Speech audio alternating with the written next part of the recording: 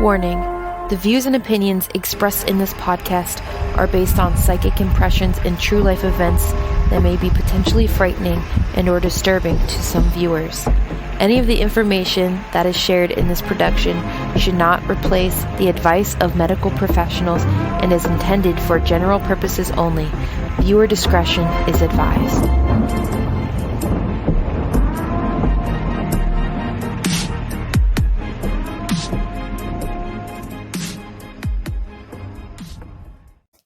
You're late. You're late for a very important date.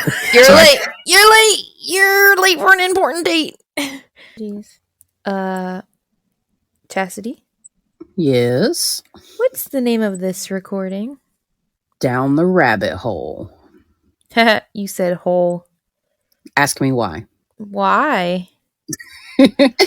Because this episode features Engineer of the Soul, which is Jessica May. Ooh, fancy. Yes. So in this episode, we will be bringing on Jessica. We did an interview with her. And I'm going to go ahead and tell you right now, you guys, the audio, we had to switch from our normal audio source to Zoom. So it might be, the audio might be a little bit more downgraded than this current recording. But trust me, it's worth listening to. Definitely want to hang in there.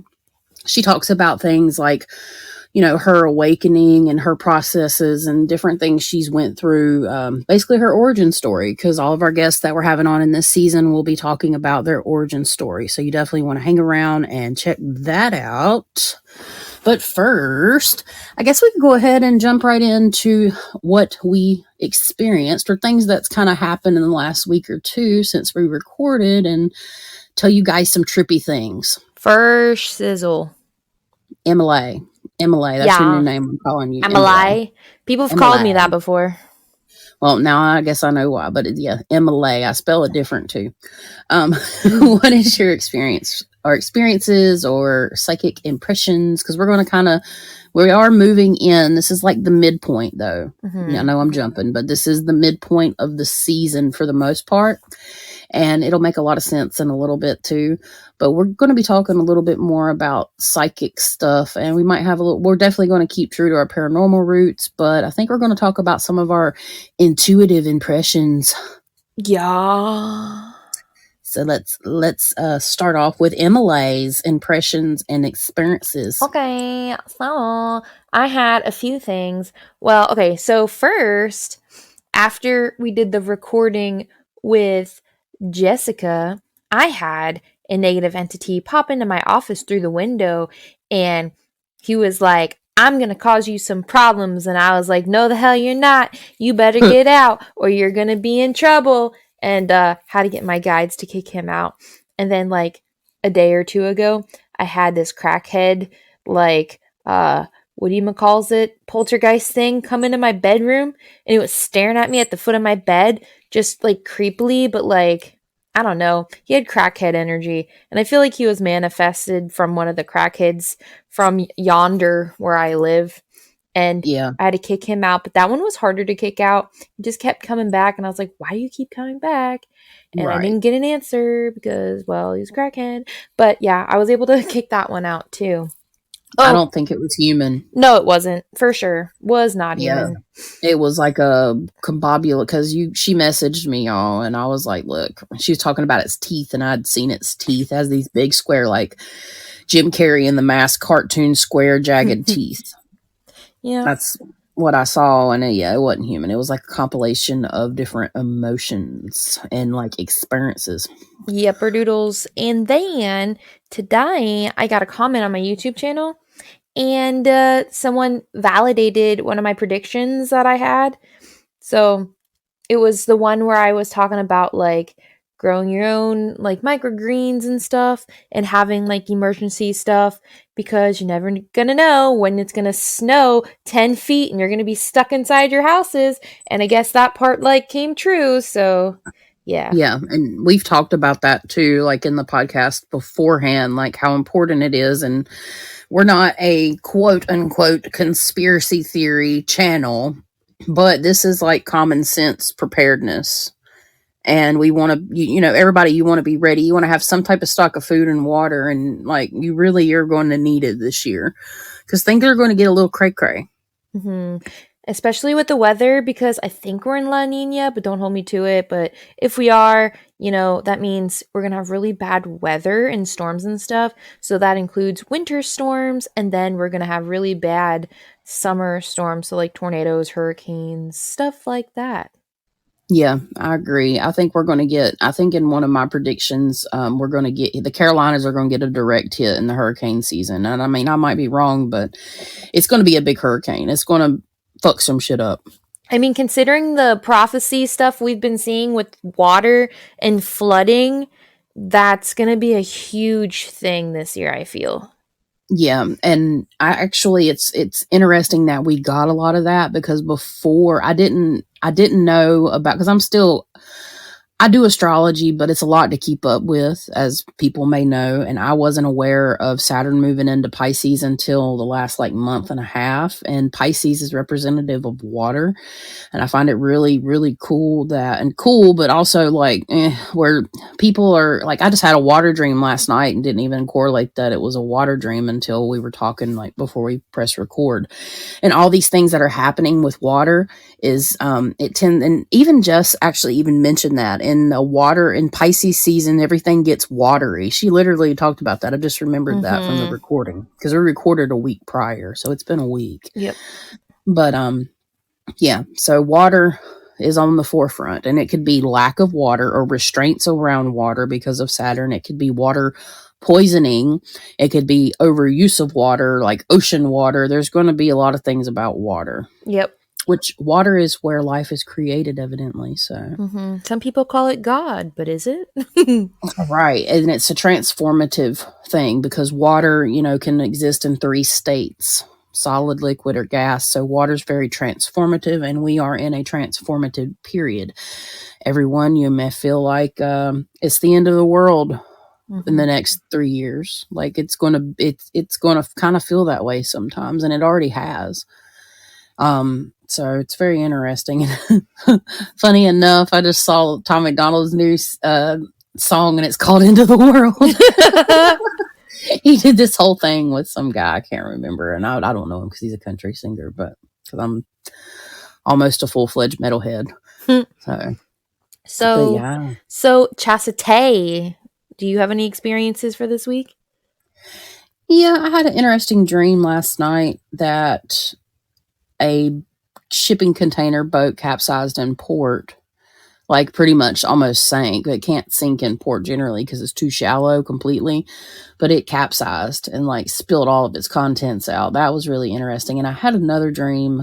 I can't remember what it is now, but it was fairly significant. I'm starting to have much more vivid dreams at this time, which is interesting because we're in a waning moon phase, and this is the time of rest. And Pisces, like in general in the zodiac, we're in Pisces, so our zodiac year is getting ready to start in the next few days. So definitely, I hope everybody got some rest, mental rest, even if they felt like they needed to be doing something. By the time this episode drops, we'll either be in Aries in our new zodiac year, or we'll be a couple days away. And so, yeah, it's new beginnings. So we want to treat this as such and plan your year out according to the zodiac, and it may be helpful. That's kind of what I think's happening with my intuitive nature, because once you get in with like lunar energies, you just tap into cosmic energy.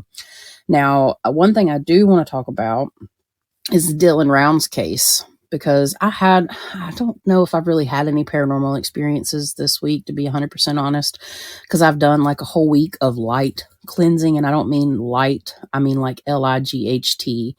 So I've kept a lot of energy out of my space. I've been resting as much as possible, my brain, to gear up for the next chapter, the next phase, is how I look at it, of life. But the Dylan Rounds case is very interesting. I did some collaborative channeling and just off the record with a particular individual.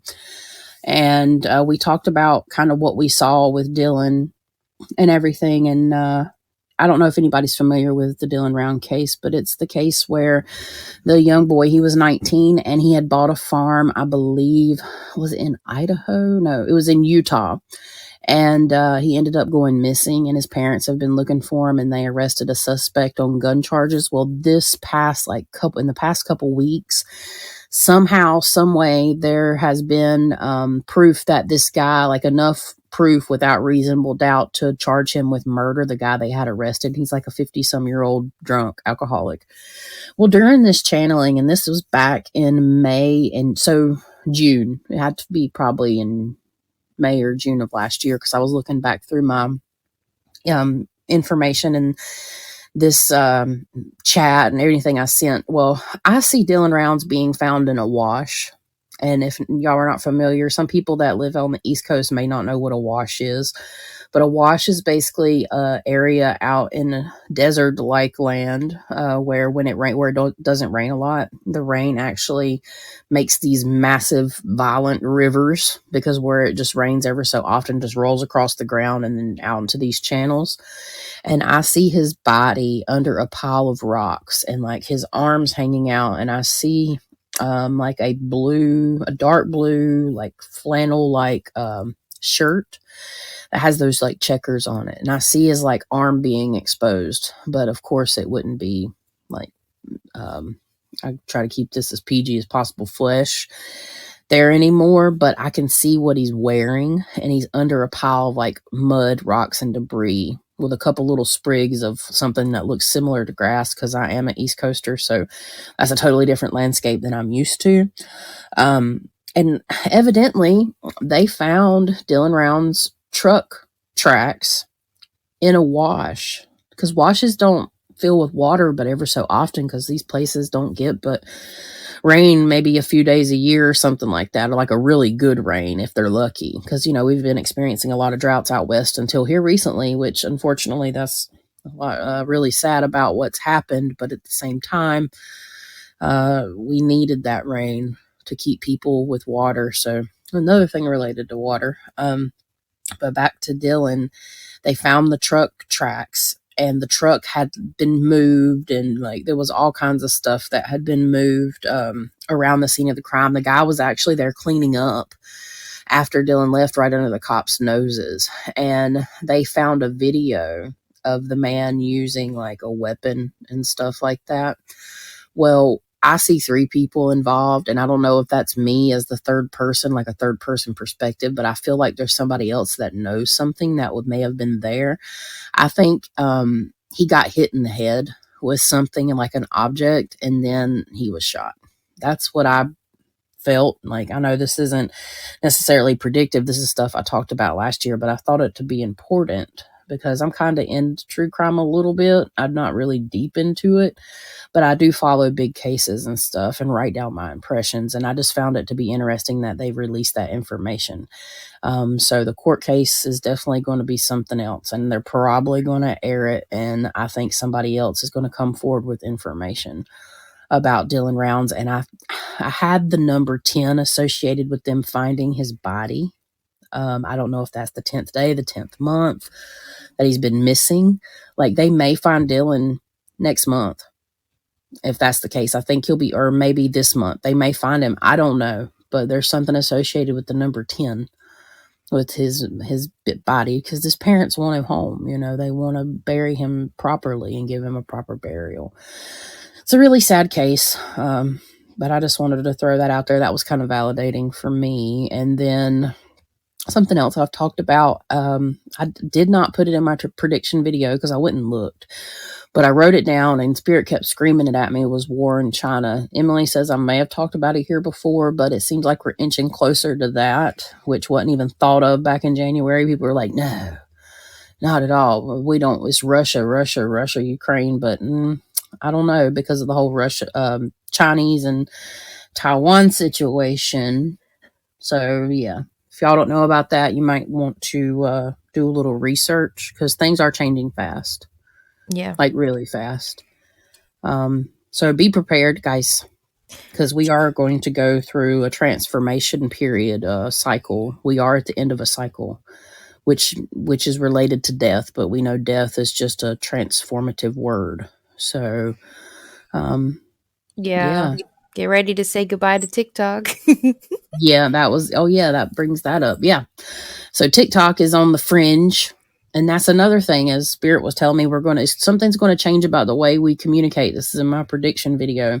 So be a massive change about something around our communications. I wasn't sure what that meant, but I did say around our national security and stuff like that. And now they're doing that with TikTok. So Mm-hmm. I think our predictions and things, and it's not just us. We're not doing this. We can't take the credit for this. This is passed on to us by spirit, higher vibrational beings, and I think it's a way for us to all be prepared. I'm not saying run out and buy all the bread and the milk, and you also have the bank, like the small banks being like filtered out and collapsing. There's a whole like scandal about that. There's a lot of shit going on, guys. So yeah, that's kind of what I wanted to talk You about know, this week. I'm still convinced that the stock market, I feel like in a few years that shit's going to be phased out and there's not going to be stocks. Well, the stock market's being more exposed now than ever because of the small banks. Yeah, so I'm going to stick to my guns and say the stock markets are going to cease to exist in the distant future. It's a possibility, but once that happens, they will cause a global collapse on purpose, because the stock market's run by very rich people that pull. It's like a puppet.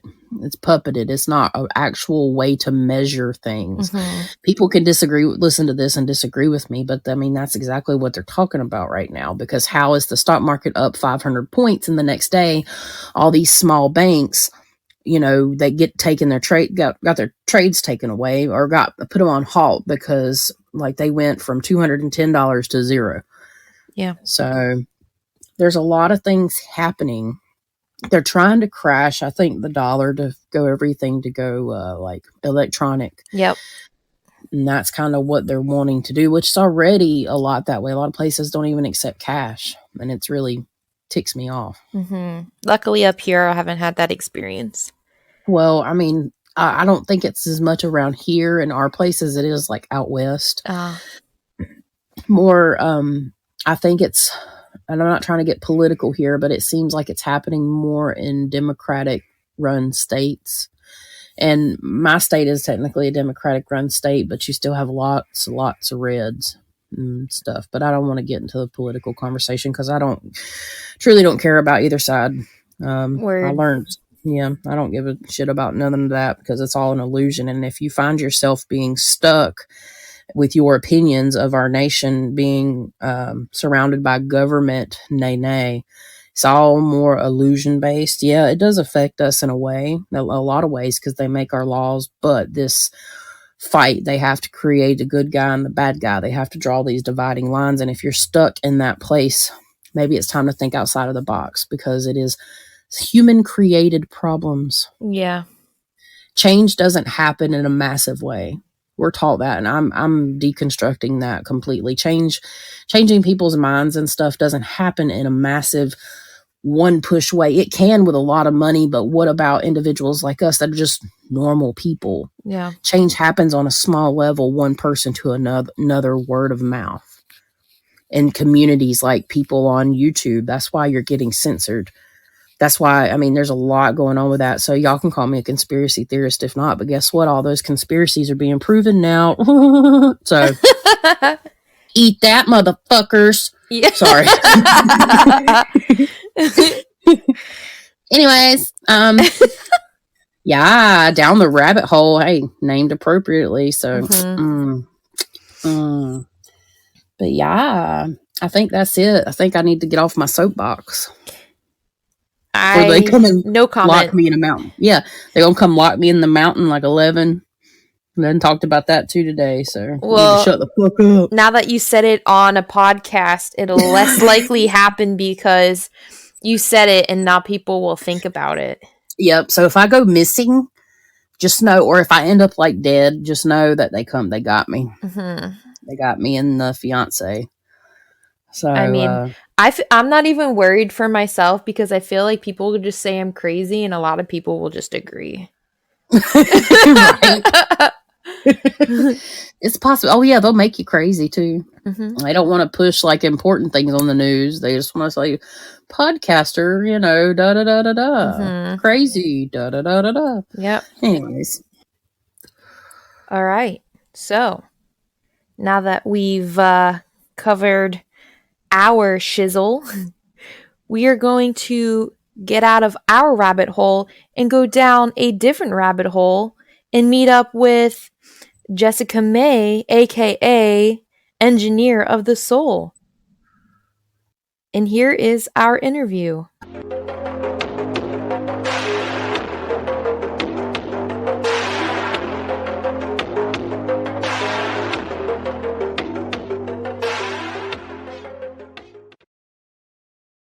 all right, everybody. We have Jessica today with Engineer of the Soul. She is an intuitive healer and mindfulness teacher, and she is our special guest today. So, we have a few questions for her, but first, she is going to introduce herself and her business and what she does. So, Jessica, you have the floor. Hi there. My name is Jessica May Bloom. I am the creative ethereal officer of Mindful Progression LLC, where I am beginning to create some containers for different groups of people and different pieces of my soul that have all funneled into my higher purpose of helping raise the collective consciousness and making the world a better place, being the change I wish to, being the witch I wish to see in the world. And we need that. We We need that. do. Yes, I agree. That's awesome. Very, very awesome. And today Thank we're you so going much for having me, by the to. way. I'm really excited about this. I've been really excited about this since we first spoke. I mean, we had quite an intense conversation about some of our experiences, and it was just almost spooky how much we had in common. That it is. We're both fairly, I think, multifaceted individuals. Even Emily, we all do all different kinds of things. And I think that's what makes the world a really super fucking awesome place. Yeah, Really. definitely. Yeah. So today we're kind of wanting to learn a little bit more about your origin story and kind of what got you into Yeah, the spiritual field and, just some sure. information. So, Yeah. So, I mean, this my origin story really spans back from when I was a small child and just fascinated with fairies and reading books on fairies and all the different kinds of fairies. I was with my mom when she visited a psychic when I was about age 7, maybe 6, 7, and she was getting a reading done after my great grandfather had passed away. So when I was just kind of sitting there playing, I wasn't really paying too much attention. Probably in my little child mind, I was like, this is boring and stupid, and I don't even want to be here. Um, and I remember the psychic like calling me over, and she was like, just asking me. I don't remember the exact questions that she asked me, but I remember vividly telling her about these lights that I would see at night. Lights at midnight, it's funny. oh, wow. But Yeah. but like when I'd be going to bed at night, I used to see like these like little lights, and they would just be like out of the corner of my eye, and like I would never be able to look at them fully on. And they weren't giant or anything; they were just like these little tiny lights. And um, then she was telling me that I could speak to spirits, and she was looking at my hand, and she was making comments about all these different things that were in my palm.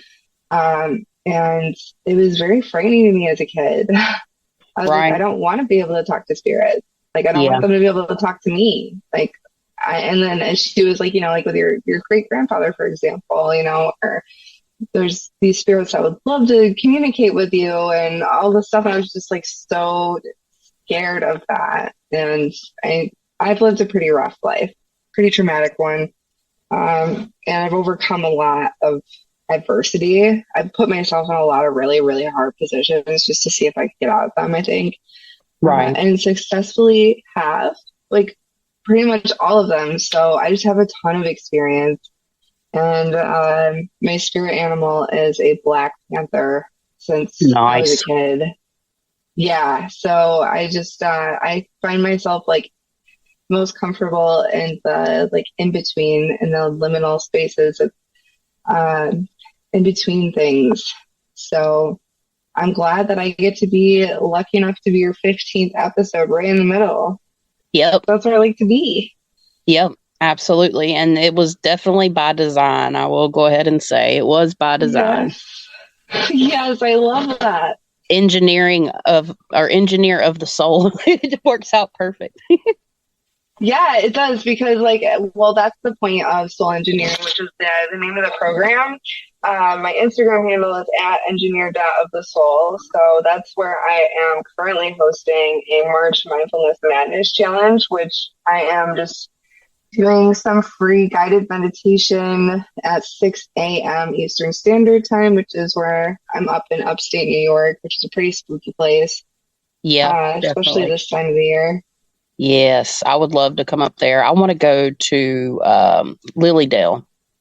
Yes. Oh, I would love to take you to Lilydale. I've never been there myself. I So want to go. Let's do it. that would be so fun. Actually, yeah, I've talked to quite a few people. Like, I could honestly get like a very large group of people to go there. I'm sure of it. Like, I Field want to trip. go there. Yeah, Yeah, just like run a bus.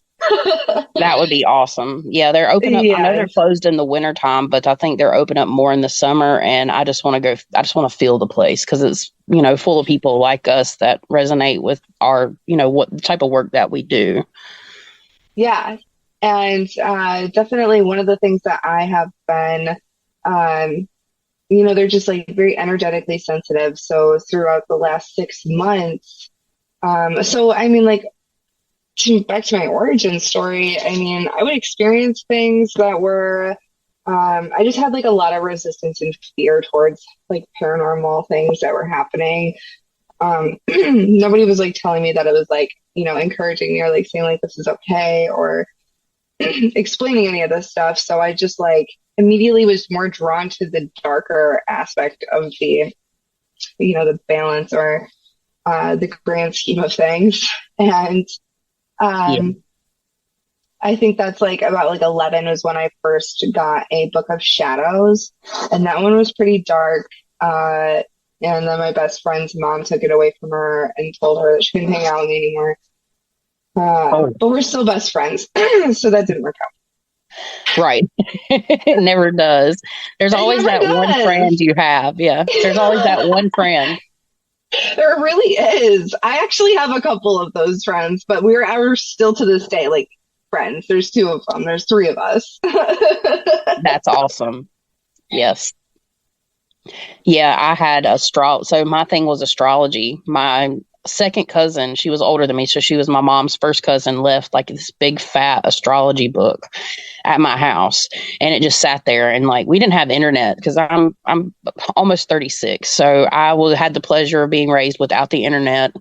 Like 80s baby, 90s growing up. So we had to entertain ourselves. So this big fat astrology book just like kept calling to me, and I had to look into it. And I was trying to learn how to like cast charts at 12. And so that was kind of my experience in relation Oh, I of love like, that.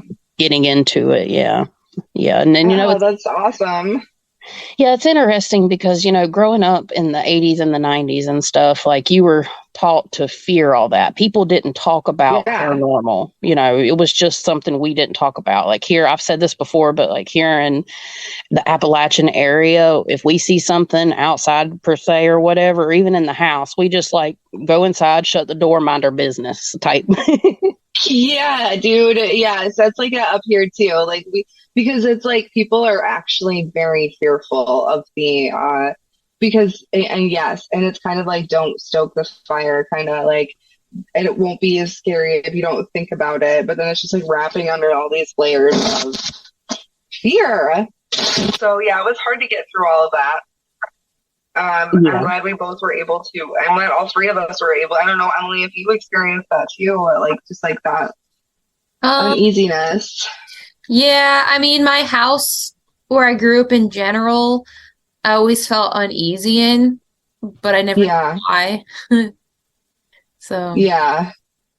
But my Yeah. Yeah, parents were this always is like, crazy. "Oh, we don't feel it either, so it's in your head." Yeah. Yeah. Making you think you're crazy. Yeah. Emily had a pretty wild house she grew up in there. Hmm. Yeah. In Yeah, the me same kind too. of general area, I guess you could say. Y'all are fairly close together, I could say. Yeah. Same kind of area and whatnot. And I grew up in the same place. So all of my stuff, I think for me, I can relate to you with trauma. I think trauma plays a Hmm. key role in how we experience paranormal things. And the more trauma that you have as a child, it is said to basically, like, the trauma that you experience allow, people disassociate from themselves when they experience trauma in the household growing up or whatnot, and other things too. And by disassociating yourself, they say that people actually start to pick up sixth sense to be able to deal with that trauma. And that, Yeah, yeah, so I that's agree with that. I think that there's only a couple different ways that you can really fully access your extra senses, and one of them is 100% through trauma, and that can be a huge catalyst for somebody to seek out and begin to lay the foundational building blocks for a massive spiritual awakening, either like later on in life, once they start healing and they start coming out of survival mode, yeah, because they just become really thirsty for knowledge and understanding why.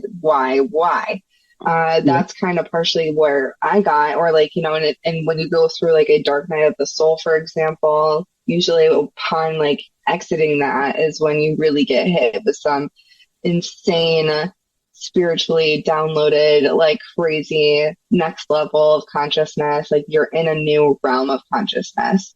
exactly. So you get really good at like crafting safety matrices for your soul and your perception and your awareness to keep you safe in those situations.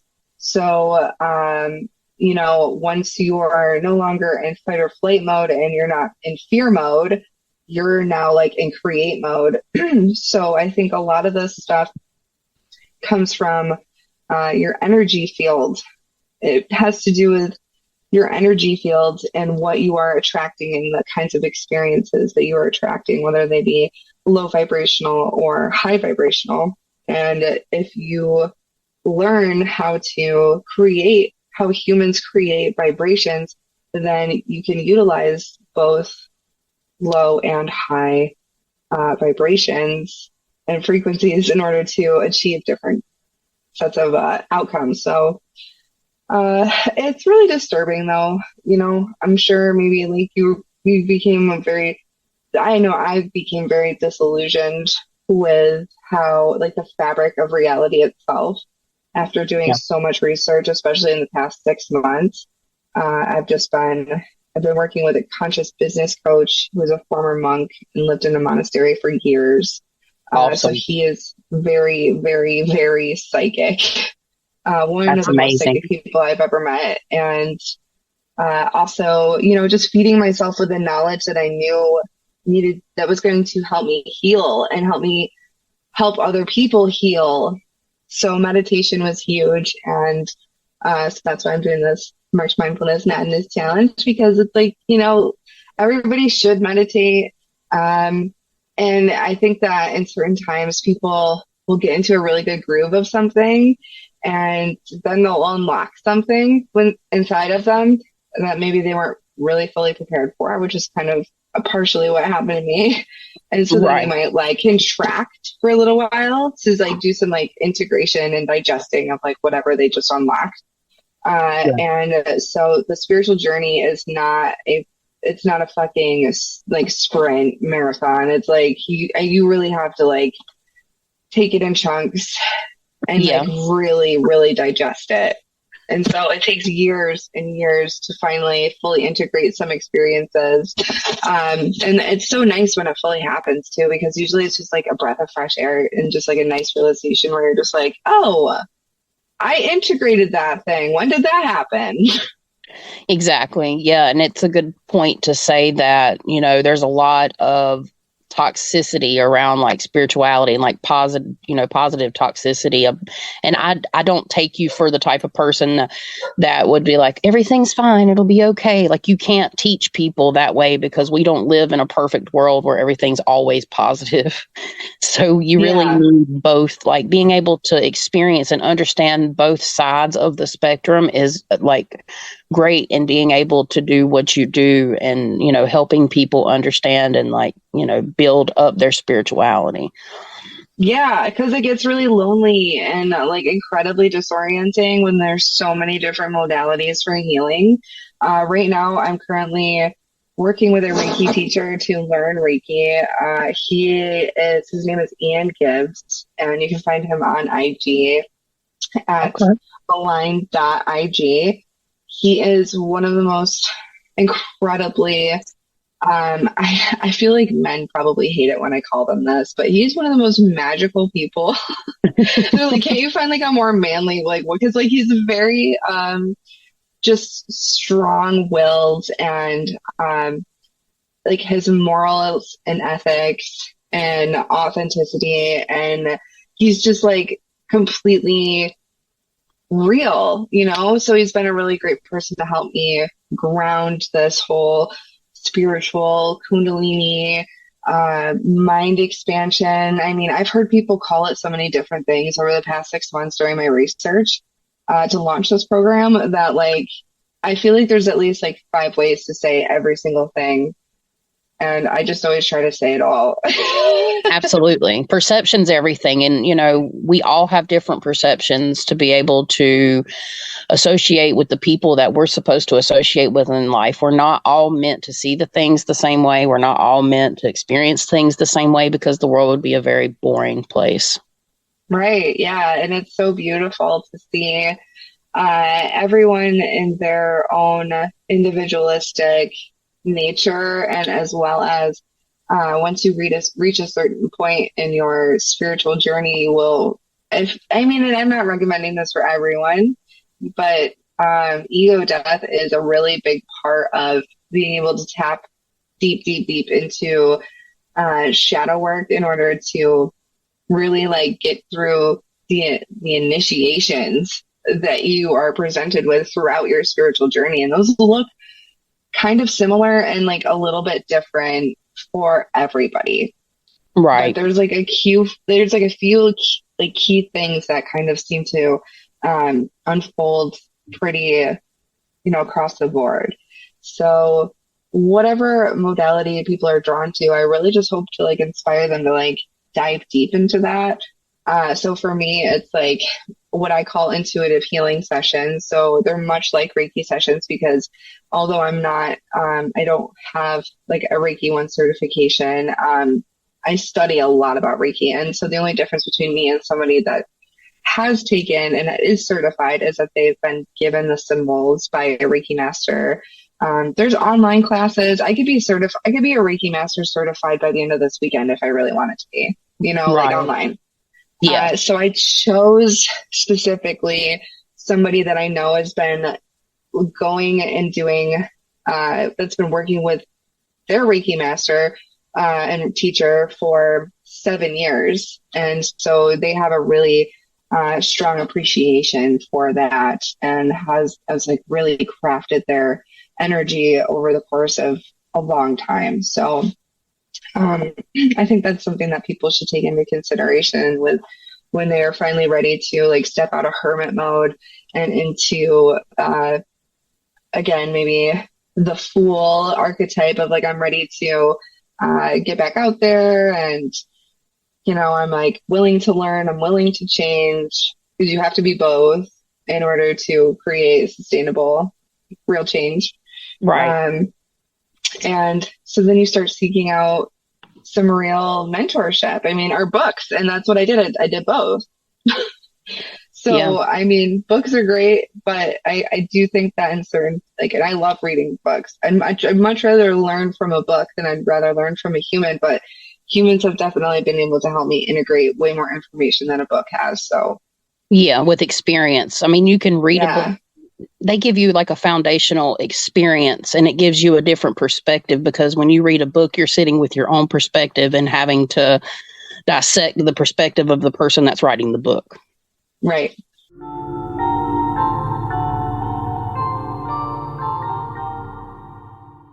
So, do you have any significant paranormal or spiritual experiences that stand out from your past, and how has that shaped you into who you are today? Yeah. Yeah. So this is going to be quite the story. And, this is something that I'm actually not fully integrated yet. So, I've had so many paranormal or supernatural experiences from, I would say that some of the most profound ones came from, um, DMT usage, from smoking DMT, and I've done that twice. But the one, and I've actually integrated fully both of those experiences finally. One of them was actually pretty scary. So um, now I'm like really happy to say that like they both totally feel integrated within me. But the one that I'm currently working through is back in October. Well, back in September. So let's like go back a month leading up to this day in October. I was taking a Zero to Mastery Python, how to code in Python course. And I got all the way through the course, and I woke up in the morning on like a random Tuesday. And it was like 4 o'clock in the morning. I just felt this incredibly weird pain in my side. It was like the weirdest pain I'd ever felt. But like, I was like, okay, well, like, my digestive system's been kind of messed up for a couple weeks. And like, like I'm about to get my period. So who knows? But I couldn't go back to sleep. And it just kind of like slowly got worse and worse and worse. So fast forward 35 hours later, I've gaslit myself this entire time and not thinking I have appendicitis when I have every single symptom of appendicitis. And at this point, it's like 3 o'clock in the morning, or I don't even know. It's like in the afternoon, and like I'm like messaging my daughter Luna's father, and I'm like, I think that you should probably come get her. I'm gonna need to go to the hospital. I'm like starting to throw up, and like I have the chills, and so I need to go. And so I drove myself to the hospital, and I wasn't there for very long before they're like, we're gonna take your appendix out. We like ran some tests, and like, it's gotta go. So the anesthesiologist was really creepy, and he like came in and he was like unusually like cheerful for the situation, and he really reminded me of a jester.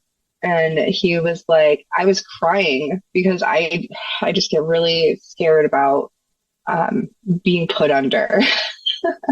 And I think that's a funny thing that they say, but I don't like anesthesia. It just freaks me out. So I was crying, and he says, fear not, I see your tears. I'm going to make you forget that you were even on this planet in a second. And he's like rushing around because there was like, for whatever reason, we're like rushing in the emergency. I mean, I guess like it wasn't because of me. It was just like because they were busy. Like that they were rushing. Like, why are we rushing? Like, can we just take a second to just like not rush? Like, I wake up and it was just a little bit like disorienting, but I got my report back, and I noticed in the surgery report that there was like a timeout during the surgery, and there was also I was administered Narcan at some point because they must have given me too much of this anesthesia or something. So like I stopped breathing for a little bit. And I just like felt that I don't like remember any experience from this, but I got a very strong knowing that my spirit guides were like, hey, like you're not doing what you need to be doing. Like we told you back in 2013, which was when I had my first profound, beautiful, very, very beautiful experience with DMT. And they were like, we told you all the way back then, like what it is you should be doing, and you're not doing it. And like you're trying to like fit in these corporate jobs, like as a purchasing manager, quality management specialist, or like supply chain specialist, XYZ. Like these are not what you should be doing. And it's just like out of alignment with your soul's purpose. So that happened. And I also forgot to mention that while I was learning how to code in Python, I was also reading a book because I be reading books a lot. I mean, I go through books like crazy because I don't like hang out with people. I just like really prefer to read. Um, and the book is called Samadhi, the Unity of Consciousness and Existence. And it is more of the Western philosophy, or sorry, the Eastern philosophy of spiritual enlightenment and how to obtain samadhi, which is like nirvana or like ultimate enlightenment, all these things. So that was like really, they were talking about like chakras and existence and consciousness and awareness.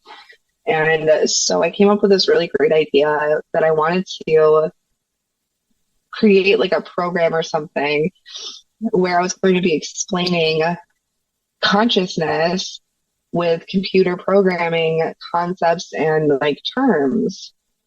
And I was like, this is so good. This is such a great idea. And I've never seen anybody really do it. So I wanted to call it Code Your Consciousness. But when I started trying to do Code Your Consciousness, like I was just kept getting dragged into like the energetics of something like this. And I just found myself to be completely too illogical to even put this thing together. So, and like my business coach is like, you're trying to do like 3 different things right now. So it was like Code Your Consciousness, soul engineering, which is more of like the spiritual component. And I think Code Your Consciousness and soul engineering are really like intrinsically like wrapped around each other. So you need like the framework of Code Your Consciousness. And then you also need the so Code Your Consciousness and like learning about things in like the systematic way, like really strips away any illusions that you have about the fabric of reality. When you get there, you will be so disturbed at like how that feels and looks and tastes, and like your physical senses cannot really handle that. So you have to be able to like re-illusion and redesign your reality in a way in your soul matrix, which is what I experienced it as in a vision, which I'm getting to. And this is like a real thing that like I haven't really integrated yet. Oh, wow. Yeah, like this is so much. I'm sorry. I'm excited though. It's a long-winded explanation, but I had like, so I mean, I just had a lot going on in my mind, and I was trying to like do all of this research and like talk to all these different people and all these different like experts and mentors and all these things. I was just trying to synthesize all of this. And, like, how am I going to tie this all together? So I kind of started sounding like a bit like a mad scientist. So anyways, it was the night of the Cancer full moon back in January. And I won't ever forget this full moon experience because I was just sitting up here in my little witch's study, which is up in my attic. And it's got like all my witchcrafty things, and it's super cute up here. And I was just sitting up here and I was staring off into the distance, and I was just kind of like dragged almost into this like dark space. And in this dark space, there came to the center of it this geometric shape. And it was like a 3D shape. I don't even know what kind of shape it was. But it was like rotating, and it was white, bright lights of like a shape. And then very slowly, this disgusting black tar looking like substance started to encase this entire shape all along the lines of it. Not like where the space was in between, but just like all along the lines of it. And so it wasn't white light, like geometric shape anymore. It was just covered in this disgusting like black. Ugh. So I like pulled this shape like closer to me so I could like really look at it.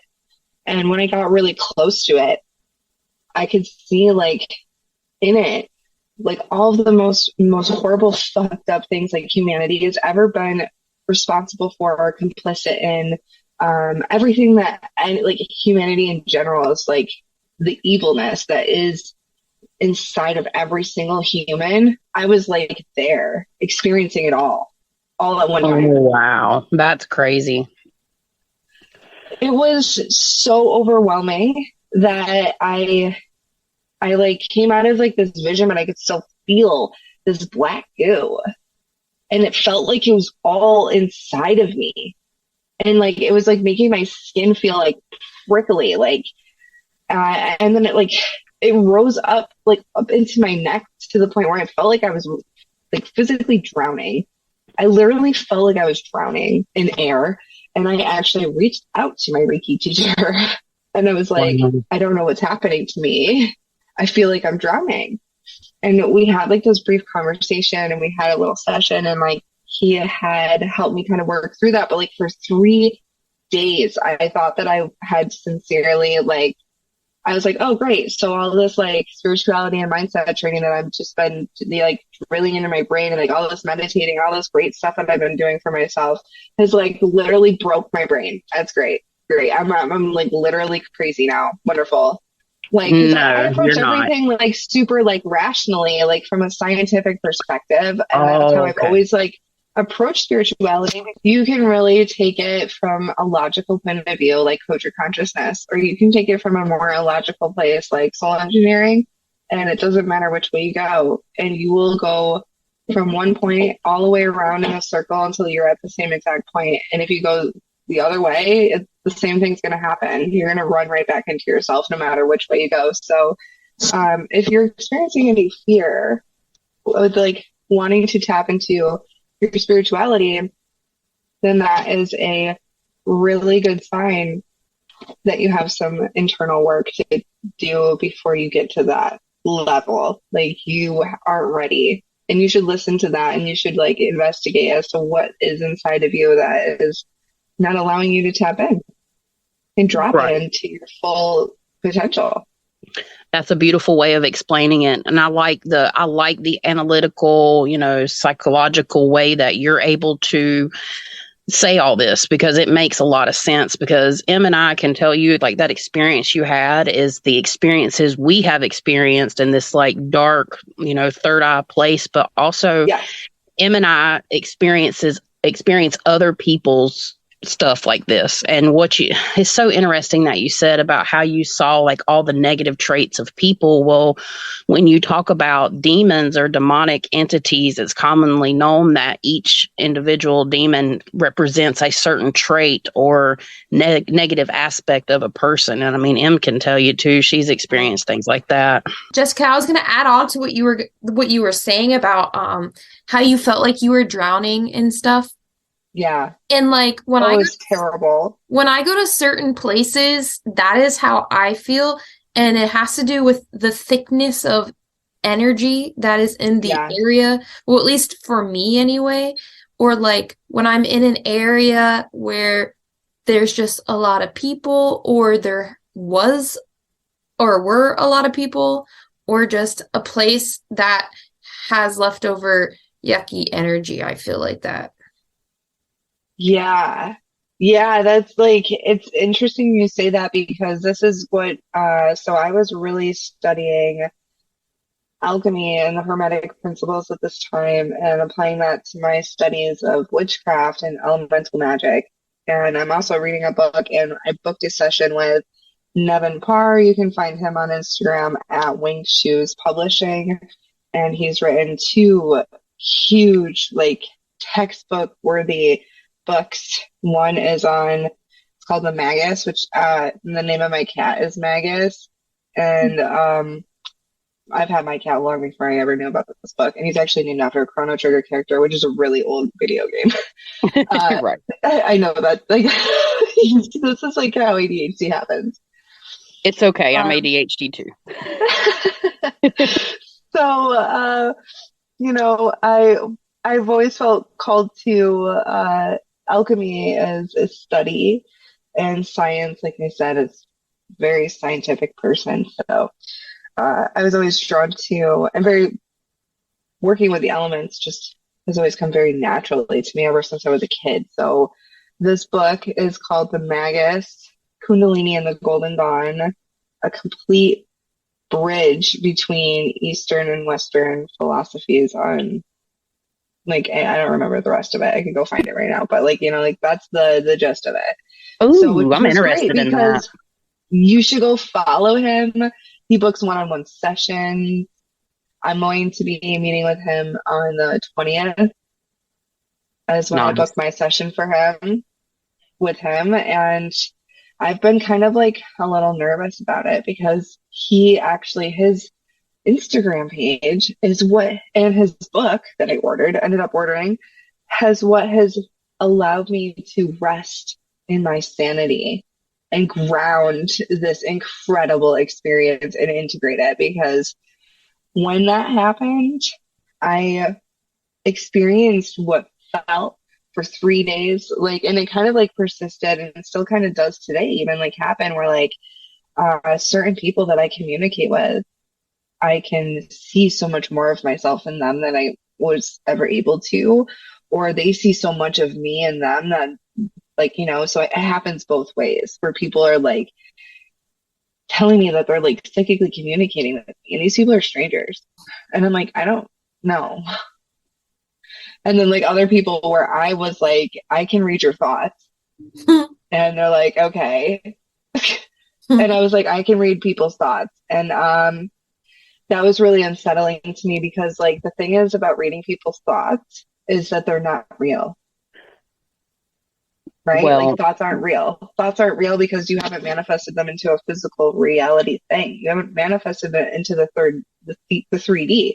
So what that I makes was sense. trying to do, and here's my manifestation process that I walk my clients through in my program, Soul Engineering, because it's like I say it's a 3-pillar program, and pillar 1 is soul searching, where we get into a comfortable, communicative relationship, loving relationship, unconditionally loving relationship with our inner child, to really like hone like our psychic, find if there was like, and that's why I do some natal chart interpretations as well as tarot. But the natal chart interpretations, I think, really help people to look back into their past and see like the little tiny glimmers of their purpose that they might have allowed the human experience to override. And what I mean by that is that they were not willing to hold a vibration that resonates with whatever it was that they wanted for long enough and with enough intensity that it was attracted to them, or that it was able to be brought into the same fields of existence. Yeah. And I know these are like really big words, and I hope that they make all sense because this is why I've spent so much time like reading and learning about this stuff. But They do to I me. guess they're kind of subjective, you know what I mean? But Yeah, yeah, but that, I mean, it makes perfect sense to me. Like I'm completely picking up what you're putting down, but I understand that somebody that may be newer to this, it might, yeah. I understand what you're saying. Yeah, it's So I'm definitely trying an to make important this a word. little bit, yeah. So like without like really big words and trying to like put this in the simplest terms as I possibly can and break this Absolutely. down for anybody, is that if you're trying to manifest something, you only have to, like, the way that humans create a vibration is the following steps. This is the secret. You have a thought, and then you generate an intention about that thought, and then you generate some feelings in that thought, and then you bring it into the physical 3D reality with action and getting that thing into the actual, well, actually, you know, like action can be inaction, and a lot of times it is, especially for women, because we're supposed to be magnetic. We're not actually supposed to be uh, doing so much work. Like, we're just simply not meant for that. Right. Like, we're just more meant to just be like these little like human organs, like generators that just like transmute energy just by Right. being, because that's what you do as a psychic medium. Yep. You allow these energies to move through you, and then when they do, it can leave you very depleted. That's why I have to have an appropriate, and why healers should be paid and respected, especially energy healers. I had a friend that was like, yeah, I'm like doing these jobs and everything, and like I'm like making all this money, and I'm like, okay, so like now imagine for 1 second that you were just trying to sell somebody like some like internal like energy healing, and like it was like kind of like intangible, like, you know, and it was like kind of like this thing where like they would actually have to put forth a substantial amount of effort, but it wouldn't feel like it because it would just be in alignment with everything that they are. Like, how do you quite like put that into words? I don't, and like, you know, make it marketable. And then like it doesn't even feel right even marketing like something like that. I can So I've just resonate been with like, that. I just like got it. So that's why I was just like, you know what? I'm just going to start doing what I really want to do at the bottom of all of this, which is to help people heal themselves and to create a community and to find my other people. And hello, I'm so happy that I'm Tribe. here today. I did Yes. it. We did it. Tribe vibes. Hashtag tribe vibes. I'm Yeah, super for sure. excited to be here. I'm just like, and I mean, like, especially after having that experience back in October, because that Yeah. was And pretty like stupid. I was not thrilled about that at all. when did me and you chat for the first time? It was probably around November or December, wasn't it? Yeah, it So it was shortly was. after. Yeah. So like in the Cancer full moon, actually, I think it must have been after January. I feel like it was after I had that experience. Yes, And you you remember when messaged like, me. yeah, we should look at it and like see when it was. I should listen to all those messages again. I don't even Yeah. think I sound the same anymore. What did I say the last time we were chatting? I was like crazy Kundalini Jessica. Yeah, Like, crazy Kundalini Jessica. Now this is businesswoman Jessica, and then but I yes, really like crazy Kundalini Jessica. I really like crazy Kundalini Jessica too. And there has just been a lot of like crazy Kundalini Jessica will make very impulsive decisions. And it's actually because I called into uh, Ma Kali to help me overcome like these really strong limiting beliefs. So like at the heart of who I am an I'm a hyper spiritualist, and I can resonate with any deity. I guess like in my I explain my religion as Final Fantasy.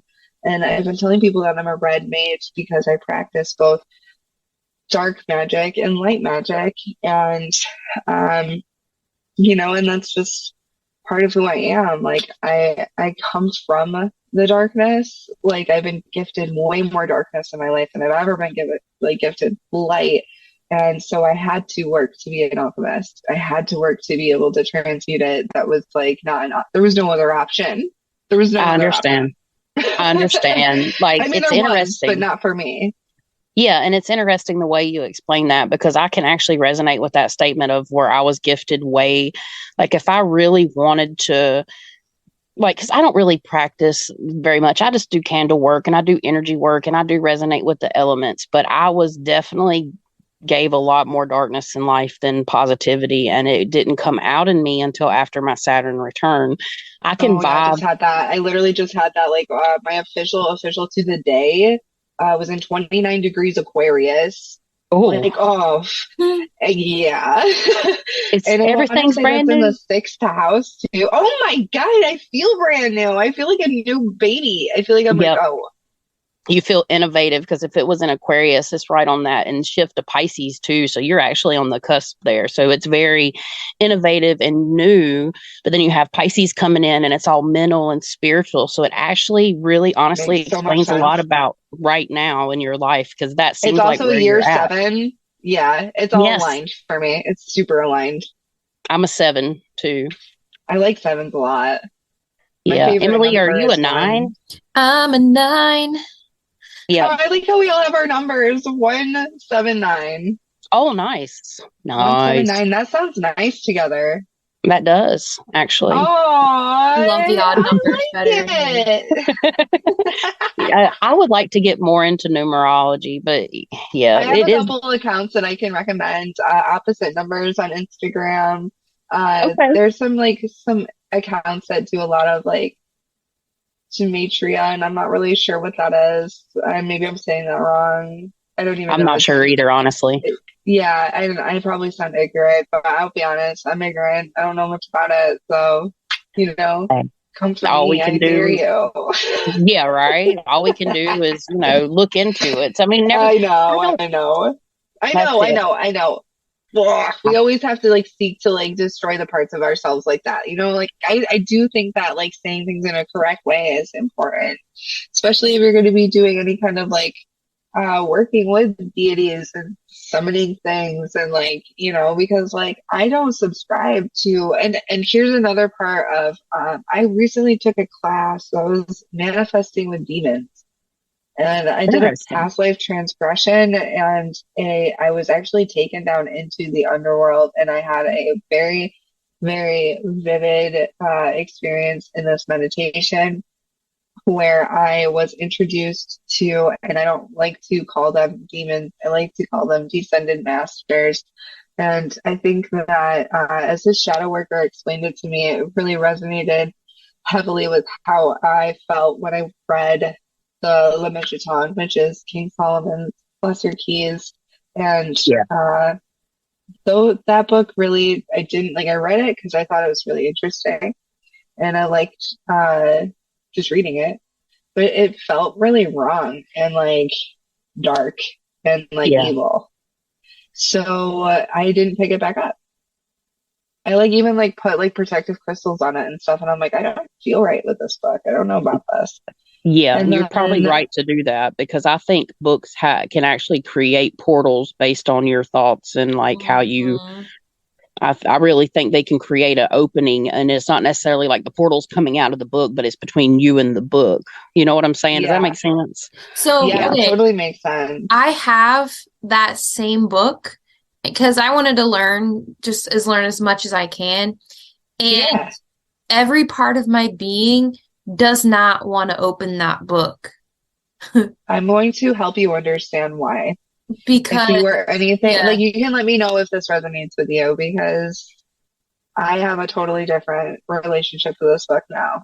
Um, this shadow worker explains in this class that the Goetia Infernal, as you know, were bound, they were summoned, conjured, bound, and sealed in these seals, and they were used to do whatever King Solomon wanted for him, for his purposes, right?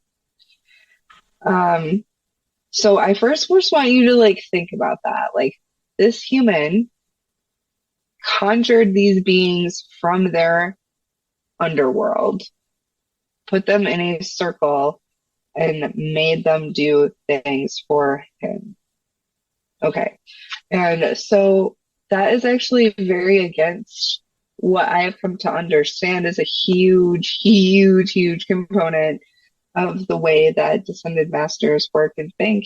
And that is that they operate on the mental plane of the lower mental plane of free will being of the number one highest law that they abide by and that they look Yeah. up to. And so they are very much, uh, they have been bound in these chains by humans who seek to control them and use their powers for their bidding. And when if a practitioner is successful in practicing Solomonic magic, as you know, if you read it, there's a lot of steps, and there are so many things and little places that you could very easily go wrong. Exactly. These these beings deserve respect, and therefore, I like if you're working with ascended masters, you are not going to cast them in a circle and be like, "You're my bitch now, and now you have to do whatever I tell you to do, and I'm going to put you in this container and hold you there for as long as I want to, and Yeah. I'll unleash you when I want to, and I'm going to tell you what to do, and you can't do anything." Like they were all like masters of consent, and so as I was saying, I really had a rough life. Okay, like um, since I was very, very, very, very small. It was all this darkness that was gifted to me that I had to sort through and like from a very young age, like throughout like my teenage years and like my 20s and you know, like because of that trauma and because of that darkness that was gifted to me at such a young age, I sought out the shadow more so than the light. And I wasn't aware of it when I was younger, but like looking back in retrospect, there were definitely key moments in my life that I was walking down the wrong path, and my angels and ascended masters and ancestors and I mean, I'm sure my ancestors, some of my ancestors, anyways, I know definitely some of my ancestors went down those wrong paths with me. But then there was a lot of them that were very honorable, and so the ascended masters will like literally only walk you down your path to the point where you fucking like you've like consciously chosen the wrong side. Like you are your biggest problem and you are not listening to any of the signs that they're trying to send to you. So they'll stop sending you those signs and like they won't communicate with you because they're mad at you. They're like really judgy. They're like, we know what's best for you. You should listen to us at all times. Yeah, and I think people should resonate with their gut instinct. Like if you have a feeling, I mean, Yeah. I'm not saying go out here and commit murder, but I'm saying like if you feel like you need to go in a directional path, you really need to listen with that. And it's interesting because, you know, we have dealt with people that have different types of attachments, or we say attachments, but different types of influences in their life that they're a lot of these people that we talk to, you know, they have some type of latent ability that is strong and they are not 100% aware of it and they're coming to understand it. It is it is a good point that, you know, both ascended and descended masters should be respected. I completely agree with that. And going back to what you were saying about King Solomon, how do you feel about individuals that have issues? And now we know it can go on to a psychological basis, but I want to take it in a different direction. How do you feel about people that have certain like ancestral curses and then certain entity, like maybe even lower level, or what I refer to as lower level demons or, you know, Yeah. darker entities Entities. They're just, attached?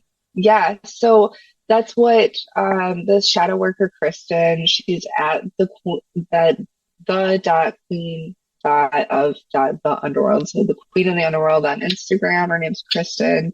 She's so lovely. You should go follow her too, so you can listen to her explain these things in Okay. more depth. But what I have come to understand, and this is only because like I walked through this past life transgression with her where I witnessed my original witch wound, and I had an angel on my right side and a dark shadowy being on my left side, and they both were hovered over me. And they were like kind of like shielding me from experiencing the whole thing, but I knew exactly where I was the second that I got dropped there. And it was like I got dropped in the woods behind this big bush and like I could see my feet hit the ground.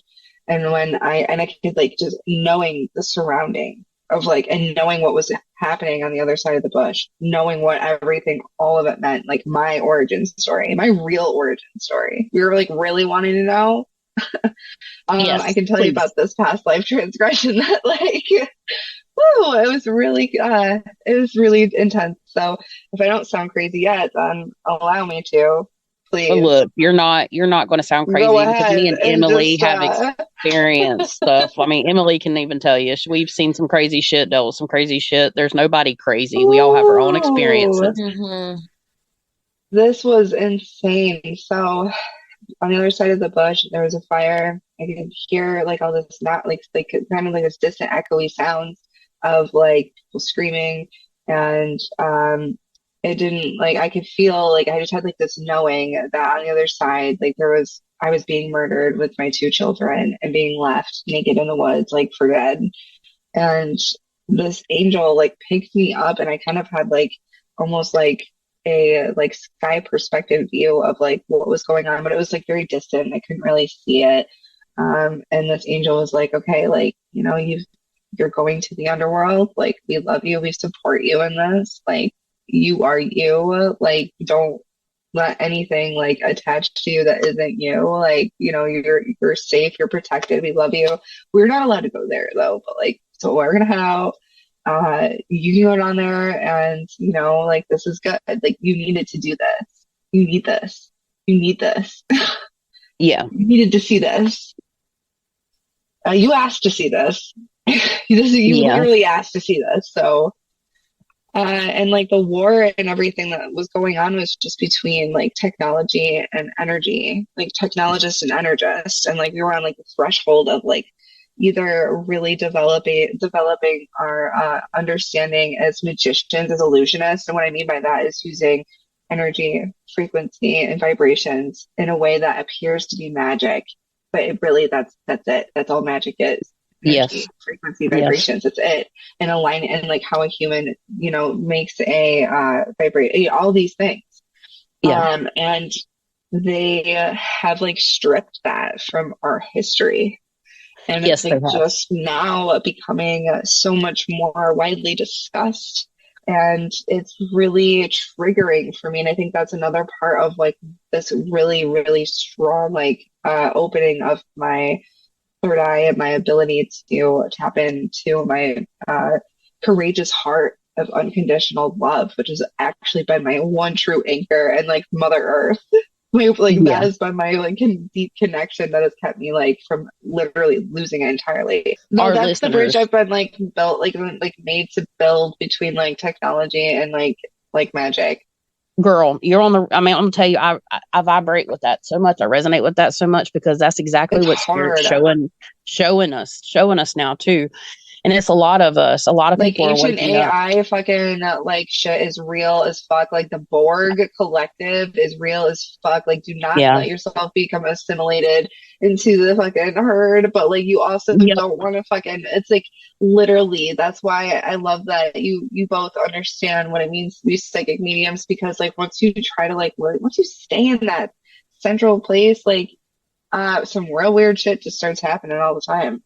Absolutely. And it's happening around all the other people that choose to or don't know or Happen, unwillingly yeah. asleep. Well, I mean, yeah, because like I do believe that like it's a subjective experience, but like we all do have like you never have an original thought. When I found the person that actually did do Code Your Consciousness, they call it reality designing, and you can go follow them at Raymond Dreamer. And yeah, dude, like the collective consciousness is getting super, super amplified right now.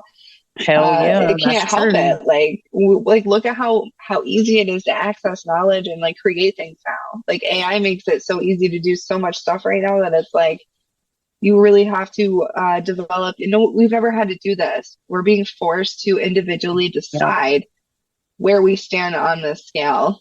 Yep. And that has a lot to do with the age of Aquarius that we're in.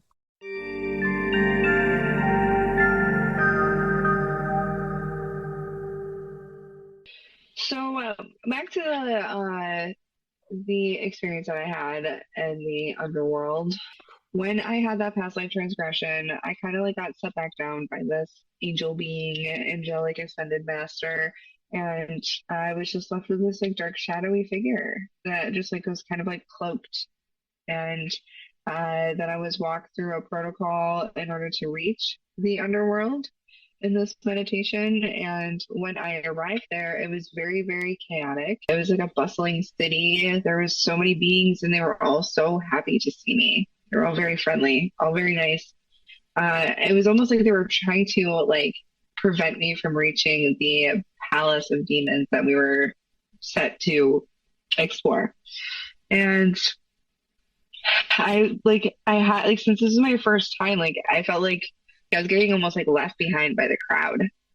Because I was just being stopped by all these beings that were just like trying to talk to me. And like they didn't really look like anything. They look like light beings. Like light beings just look like little pieces of light, you know what I mean? Like they just look like dark, dense, like, Yeah. shadows. Yeah. They didn't look scary. They didn't like, but they were just like, oh my God, you're here, you're here, you're here. They were just like bustling about the fact that I was just there. And so she started to walk us through the part where we were going into the Palace of Demons. And then she was walking us through this hallway with all these doors, but like I couldn't even get that far. I couldn't even get inside the building before this thing. And like I was like struck by all these random like images. And I was like, there's no way that like these random images make any friggin' sense, but like I'm getting like left behind by my group that like I'm getting like led through this meditation. Like what she's saying is not what I'm experiencing. I'm like getting like I'm like not scared, just like whoa. Like this is like not at all what she's talking about. Wow. And so I like got like it was like very loud and boomy. And like what I mean by that is like the vibration was very strong. Like the images were like shaking and kind of Wow. hard to see. And they were only in three colors. It was black, lavender, and hot pink. And I think that's because I have a tarot deck called the Neon Moon Tarot deck, which is incredibly dark and has a lot of like super, super dark imagery. So I think that's why my brain was just like viewing it through that tarot deck almost. Um, and so it was like at first it was like this big lion's head, and like then it was like this huge like angry bear, and like then it was like this huge trumpet like long thing, like, and then it was like this big angry like snake. And I'm like, none of these things make any sense, but like eventually like I was like, it was like an excited like greeting. I was like, you're here. I'm so happy to see you. It was like a reunion. It was like me and this being had like some kind of like serious history, and like they wouldn't even like let me get me into the palace without them like literally running out to greet me. And specifically, they were like, I've been waiting for you to get here. Like, where the fuck have you been? So this entity didn't reveal its name to me at all. It just like these were the images that I like flashed, and she guided us through another portion of the meditation, and I ended up like speaking with Hades and a couple other uh, descended masters of whom I was not told their names either. I wasn't told anybody's names except for Hades, where he was like, you are a child of the darkness. You chose the light. You chose to claw your way all the way out of the darkness into the light. And that was your path and purpose. Like, we love you for that. Like, this is your home. Like, you're always welcome here. We love you. Like, we're so happy you finally made it back here. But like, you are an in between. You don't belong anywhere except for on Earth to be a worker on both sides. You're not meant to make sense. And then we talked about economics and scarcity and business opportunities and ventures. I wasn't asked to make any deals with the devil. I was just welcome home, like as if Yeah, I had not been there for a really long time. that's And interesting. so after that meditation, I mean, I was like tears streaming down my face. Like I honestly felt like I had just like had like a really long lost reunion. And then when I like came back, I like picked up the Lemegeton and started reading through it to see if I could find any, see if I could find anything like in relation to the imagery that I was seeing in that meditation. And I found him. It says that he bringeth forth good familiars. It's interesting to bring that up because recently I had like this day where I just kind of like followed my intuition. By the end of that day, I was the proud owner of a spider ball python named Fluffy. Oh And yeah. he is super incredible, and he's just a familiar of mine. I can't explain it any other way. I was never planning on getting a snake. He's about 3 feet. He should get a little bit longer. He eats He's live adorable. rats, and he's so Yep. cute. Right now, he's actually about to shed. And snakes Oh, go through like a little pre-shed phase where they call it in the blue, and their eyes kind of get glassed over, and they get kind of it's like a woman like going through their period where they just like don't want to hang out with you or just yeah. like leave me alone. So he's going through it right now, but he is the best. He's just a silly snake. And that actually Yeah. relates back to the Kundalini awakening. And if we could take this all the way back to, like Adam and Yeah. Eve and like Mm-hmm. the snake, because like that was just representatory of like Eve having her spiritual awakening moment before Adam did. Because women are smarter. We just are. We're more intuitive. We're more Yep. we're just we can think in those innovative and logical ways that are required in order for creation to occur. Yeah, and that's why it's important to have the two halves because they definitely make a whole, the masculine and feminine energy. And, femininity is represented by a snake in certain aspects as well. Hmm. Yeah. So symbolism is the way that we've kind of like mystified the bare bones of the most disturbing thing that is the fabric of reality, which is nothing more than the matrix of which you create in order to have your perception and awareness rest in the day-to-day physical.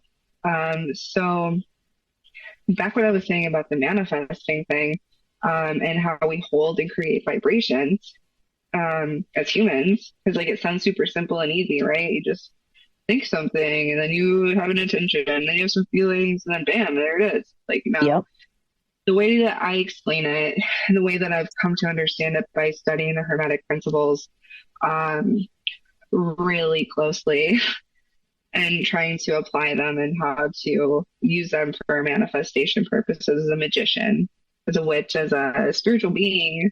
Um, when you have a thought, you are in the air realm, because I think of everything as elemental. You're in the air realm, and when you have a thought, or even like feeling, um, even when you're just like having some of your like belief systems, they all exist in like this air realm kind of thing. But really, your your thoughts are where everything starts. And that's the first hermetic principle of mentalism. And because you can just generate anything inside of your mind, you can easily have like $1 million idea, let's say, and just lose it as instantly as you had it. Gone. Doesn't exist. It's just not real because you just thought it. So that's how things get lost in the air realm. You have to have a thought first, but then you have to think about it enough that you develop some kind of like intention behind it and like start developing the initial like feelings of like, yeah, this is in alignment. I think this is the right path. You have to start using your intuition to like start feeling it out, which is a little bit more of like a deeper mental exercise. You know, you're like developing intentions. So you're like starting to come into the air realm. So you might even start like talking about it at this time. Like you're getting people's opinions and feedback. Like, what do you think if I did this? Do you think that I should do this? Or like, you know, you start just like looking at your options. So now you're in the Right. fire realm, and this is where you can like burn yourself out before you even get started. Because like I don't know how I can't even tell you how many different jobs or things that I thought I wanted to be in my life. I'm really just trying to do them all with like data science and doing, like I said, like building this bridge between technology and magic.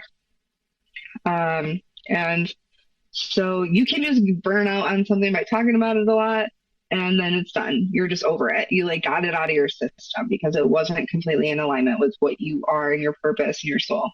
So good job. Either you have developed the intention and now you like this is like as time is passing on, right? So like we're like this isn't in a day. This is like over a course of like a time frame. So let's say like this has been going on for like at least a couple weeks and you're not completely burnt out on it. So like you're like ready to take the next step.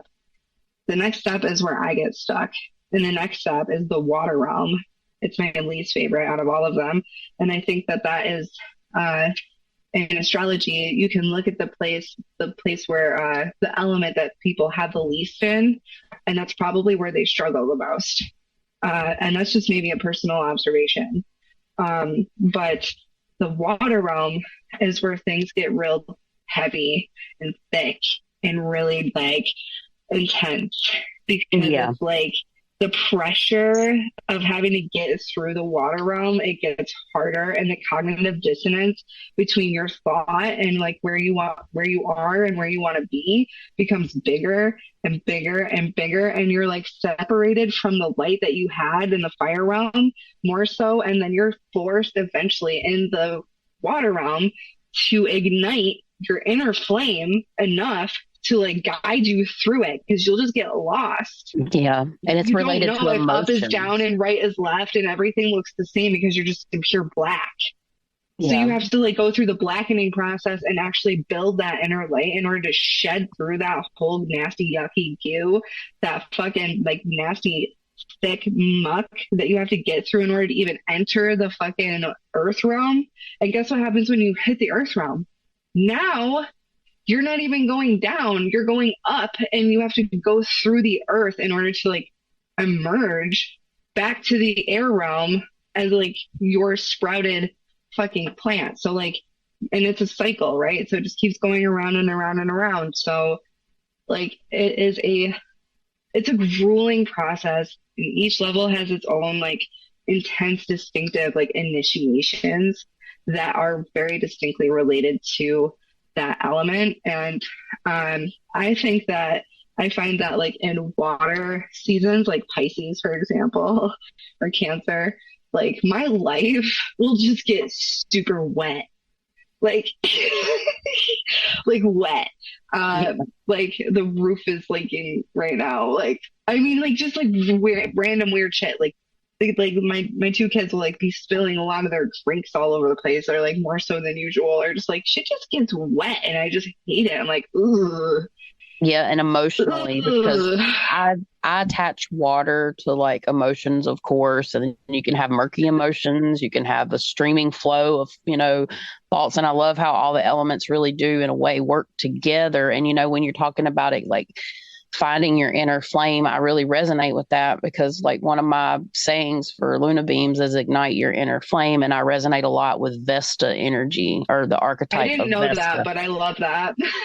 Yeah, but I really resonate with that type of archetypical energy, based Yeah. on my astrology. It sits at the top of my yod. So Vesta conjuncts my sun in astrology, and it's a part of in my yod. So it's like, I think part of my purpose is to help other people find that inner flame. And, that's, for me, that's like the center of all creation in a way. I think it's where everything comes together for me. Yeah. That's really where I try to be too, because like when you are raised and born in chaos, and like you become an adult who like has to learn how to manage their own chaos and the darkness and the light and all the things all at once, um, you either, I mean, I haven't found a better way of dealing with it than to remain in the eye of the storm. And so, Right. like, that means being really neutral, and also accepting the fact that, like, I can't change anything that happened in the past, and I really can't control anything that's going to happen in the future. So, when you stop trying to use, like, witchcraft and magic and manifestation for, like, seemingly, like, silly things, like, because, like, when I was a little kid and I did get access to the internet, um, I'll be I'll be 30 on May 10th. So, Oh, okay. um, when I like my grandparents had a computer, and I remember like using my first access to like the internet to Google like online spell books and stuff, and like how to change my eye color, and like how I could levitate. And this was when I was like really little. Yeah, Like you I was trying to already, go ham. I was like, I'm trying to freaking like, how do I fly? Like, what am I doing? Like, I mean, I'm trying to like, I was always like this, and it's because my North Node is in Sagittarius, so I am, and then like I do have a lot of Saturn energy, so I'm just a fucking weirdo, which yeah, I've finally embraced fully. I'm so happy that I'm finding people that help me embrace it fully, because it's been really difficult to feel safe enough to express myself fully, because I am quite multidimensional, and um, you know, I've had, like I say, like we all are multidimensional, like you have like your mom version, you have hmm, your work version, you have your like everybody, and then like you want to like I can just like that's just me trying to like warm up. Really, at the end of the day, if I kept yeah, going and going and going, I would say there is a different version of you that exists in every single person you've ever fucking met in your life. And if that doesn't make you feel a little multidimensional, like I don't know what does or what will, because that's like, and so that yeah, like you can like let that make you feel kind of like insignificant, or you can make you feel like the shadow controller of your fucking existence, and then like learn how to utilize the laws of the universe to build whatever it is that's within inside of your soul. So there's just like you really have to have the masculine and feminine principles of this, where like I felt like I was trying to create code your consciousness for like the how, And then I wanted soul engineering to be the why, because like my favorite questions are always the why. I give very little shits about the how. Right. And that's just like who I am. Like that's just like if I could always just like start 50 million projects, then I would just be the happiest person. And if somebody would be like, all right, I'll like, finish this one up, like work on that one, I and would maybe come love back around to look. this one. Sounds like me. Yeah, we both can resonate with you on that because Emily and I also have 50 million projects that we want to do, but Hmm. it's just we're just one person. So Yeah. I get it. I get it. And it's so interesting. You say, where your North Node's in Sagittarius. I just got a mental image and of like, the bow and arrow, and I see Hmm. your soul essence is like the arrow flying in flames. Like it's so Hmm. beautiful. It was like Thank it's like you. your Aw, yeah, that's I like your feel seen. yeah, it's really Yes. cool. Oh, I was just going to say something interesting me and you had a short conversation about because a lot of people that listen to our stuff, they resonate with more, I guess you could say, light energy or Christ energy. Would you mind dropping us a little bit of knowledge about why some people don't feel like they resonate with both sides and lean more towards light energy? Because I think you explained it to me very beautifully. Yeah. So I have, as a being of darkness that has crawled her way back into the light, uh, I have been beautifully guided by so many wonderful light beings all throughout my life. They were very, very close to me and helped me expand my consciousness to this level, way more so than the descended masters that have worked with me and I've worked with. And the thing is that there are a number of things that I want to bring to my ascended masters and my lighter side of my team. Uh, and that would be in relation, like my unicorn, for example, my ascended masters and archangels, my honorable ancestors, the friendly plants and animal kingdoms that are not predatory at all. Um, there are times where I really need that energy, uh, particularly like for purification of my energy centers. And when I am feeling lost and like my hope is lost for humanity and I'm forgetting why I'm doing what I'm doing and I'm exhausted and I am just beyond myself, like by overextending myself on my 50 million projects. Like they're the ones that are there to assist me accomplish my life's purpose in a way that is like supportive and healing and angelic and um, is very much structured to be the best way possible. That's all they've ever wanted me to do. And like, so that I follow what they say. Like, I take good care of my body, like I honor myself. I create healthy boundaries.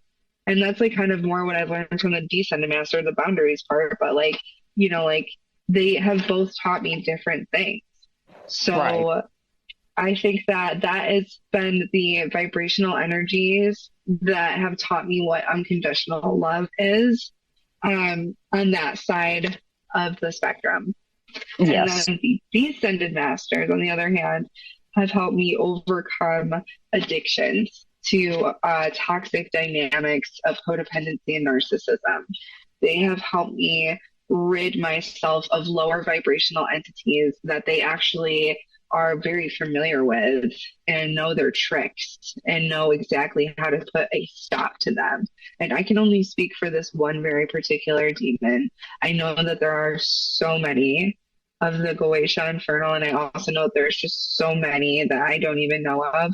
So if anybody has any personal experiences with the like name demons and like, I'm not trying to validate anybody's like experience, but I do think that King Solomon and um, organized religions have sought to push humanity away from working with the descended masters as a way of, um, kind of just like, because we're not ready for it. Like you don't, I think that like it takes a very special person in order to feel comfortable with contacting that. And it really just depends on the composition of like who you are. And like that's Yeah. okay. Like either way, like some people are just born into the light and they know that they are like light workers. And like I really thought Yeah. I was for a long time because I thought I was a light worker.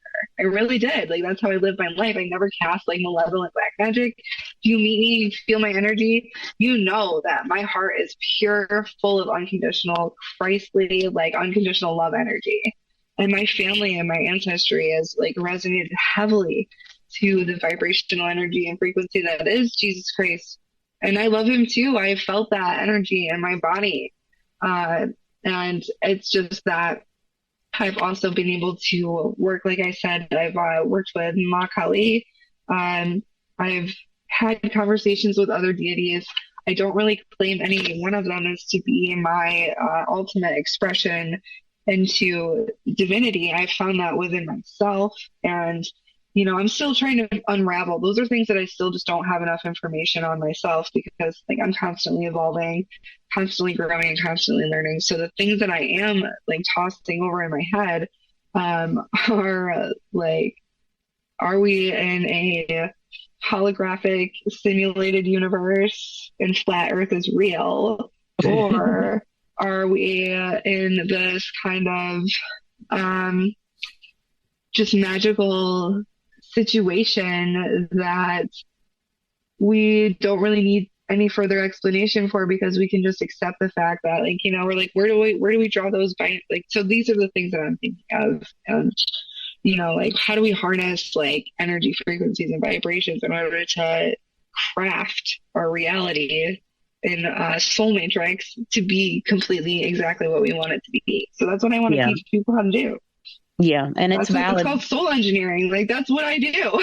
Right, exactly. And it's valid because we don't always exist at the same vibration. Some people resonate more with what would refer to as lower vibrations or higher vibrations, whichever, if you have to put a label on it, because we just did the whole dualistic perspective in our last, I guess you could say, mini series. So, I mean, I understand exactly what you're saying. And I think like, people draw that line because of what we're taught. And I think religion Yeah. puts us in a box. I really, really do. It puts us in a box. And, it's only human nature to want to kind of follow a checklist because we're not born with a book to say, okay, this is how life's supposed to be, but humanity has created books for us to follow. They've created, it's like school. We're conditioned to grow up to, in my opinion, to be good little taxpayers.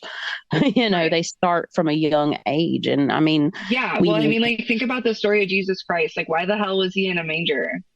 Why the right. fuck was Jesus Christ in a manger? Because he was on his way to go pay fucking taxes. Like, that's why. That's really fucked up. I'm sorry. I The get it. I get it. fucking Messiah himself was subjected, like the Mother Mary was literally subjected to travel on a massive voyage in order to pay taxes, which they were like fighting against and like trying to oppose. Like Yeah. these things go so deep rooted in everything. It's like it was literally ingrained into our Bible that we were meant to make huge sacrifices for our government. Yeah, Our exactly. Messiah himself even did it. That's how Yeah. he was born. That was his origin story. What It's the fuck? insane. Yeah, it's Sorry, that's insane. all I got. I mean, I won't. I was No, trying to like keep the F bombs down a little bit more, but like no, you're that really fine. disturbed me when I actually found that out. I really was like, Yeah. "Are you kidding Yeah, it me? is. This It's a isn't lot. And real." that's why I don't resonate as much. I do resonate with some scripture, but when it comes to stuff like that, that's where I kind of fall off the train. And it does bother me too, because I've realized that, I had to learn to unlearn the way of life and, piece it back together myself. And everybody has that responsibility. And in turn, how we do that affects, not only us, but, our closest people around us, because they grow with us. Our family and stuff grows with us. It's a beautiful thing about being a part of a soul family. We make up all of the parts of us and everybody else in our life make up this whole existence and this whole experience. And, we learn to unlearn just to learn again. It's transformation. That's the beautiful part of the cycle of life, even, in death and life and birth. And that's kind of what we're going through as a humanity as a whole right now. And like I agree. we're ending that cycle with Saturn right now. Saturn just moved into Pisces. We got 3 years. It's going to be a totally different perspective. There is going to be, Spirit has showed me this, and I'm getting validation from other people because they're seeing it too. There is a dividing line, but there will be a clear dividing line between spirituality and, let's say, for example, science. And then there will be that merge that comes together because Saturn is structured, it is organized, it is, represents linear time. And then you've got, your watery Pisces sign that wants to fill every space, and it operates on a more right brained thinking, more creative level than Saturn Yeah. does. Saturn's more practical, and so we're taking the right and the left brain and merging it together in this cycle. We are Yes. Literally, Spirit showed me this, and That's Spirit showed me, amazing. yeah, it's like a beautiful blue lotus flower is an example of Oh, I humanity. love that. Yes, so we're coming up through the mud right now. And on the other Yes. side, at the end of this 3 year cycle, we will bloom as a beautiful blue lotus flower without mud on us. But some people, this is what Spirit's been telling me, some people will come up with mud on them, and that's okay. But there will be a division as we move into this new age, because we are starting a whole new cycle. So it's the next Yeah. 3 years is going to be wild. Yeah, I agree. And so the thing is like, it really just like, it's so subjective and personal, you know? Like, I'm here for a long time and a good time. So, I mean, like, if I wanted to, like, I see some people who are really focusing on their ascension path, and it almost is like painful for them. Like, they almost like overdo it. And like, for me, the most greatest quantum leaps that I've made in my ascension path have been from the most radical thing that I've had to do was just to be still and allow it to happen and allow Yeah. it to unfold. And these things all just take a lot of time because, you know, we can't handle, our physical bodies are not meant to handle quantum leaps. That's why we don't time travel in the way that like we think we do. So I've had like glimpses of my past lives. Specifically, like there was like one surrounding this appendicitis episode, and I guess that just kind of happens frequently. And also recently, I had it. I'm not sure if you guys ever had your Akashic records read or anything. Oh no, I have not. I did have my own past life regression, but it only took me to one life that I've had. But other than that, I have no experience really with the Akashic records and, well, with that specifically. Yeah, so I hadn't. So the only I had a really amazing distant Reiki session with my Reiki teacher, and at one point I was like flying over like this mountain range, and I like entered into this cave inside this mountain, and there was like a river inside of it, and there was like these staircases that were like these stone staircases that were into these inside of this mountain. And there were these little light beings, and they were all single filedly like going up the staircase, like winding up and going just like passing through this huge like rectangular door, even though they were just like these tiny little light beings with these little lanterns. And I was being held back by two guards. One of them was Anubis, and I was like trying, like I almost like wanted to like take a step forward, but I wasn't allowed to like enter in further than where I was at. And I like knew that the Akashic records were like held back there. And I was actually in like what I had come to realize is Mount Carmel, which is actually where they say Jesus Christ is going to be whatever resurrected. I can't even speak. You got it. Resurrected when he comes back for the second coming. Like that's where he's supposed to appear. And there's a lot of like crazy spirituality and like energy in this area. And so it was kind of like crazy to me that I like saw all of this like during just like it was like an astral projection via a Reiki session. So there was like no words exchanged during this Reiki session whatsoever. There was like no like him walking me through anything. Like this was just all my personal experience. And like while all this was happening, it was almost like I was being like shown all of this stuff to like distract me from the massive amounts of like energy work that we were doing to get some of this trauma out of my body. Because like I could feel like this very dense energy building up in the back of my like lower right hand like hip area.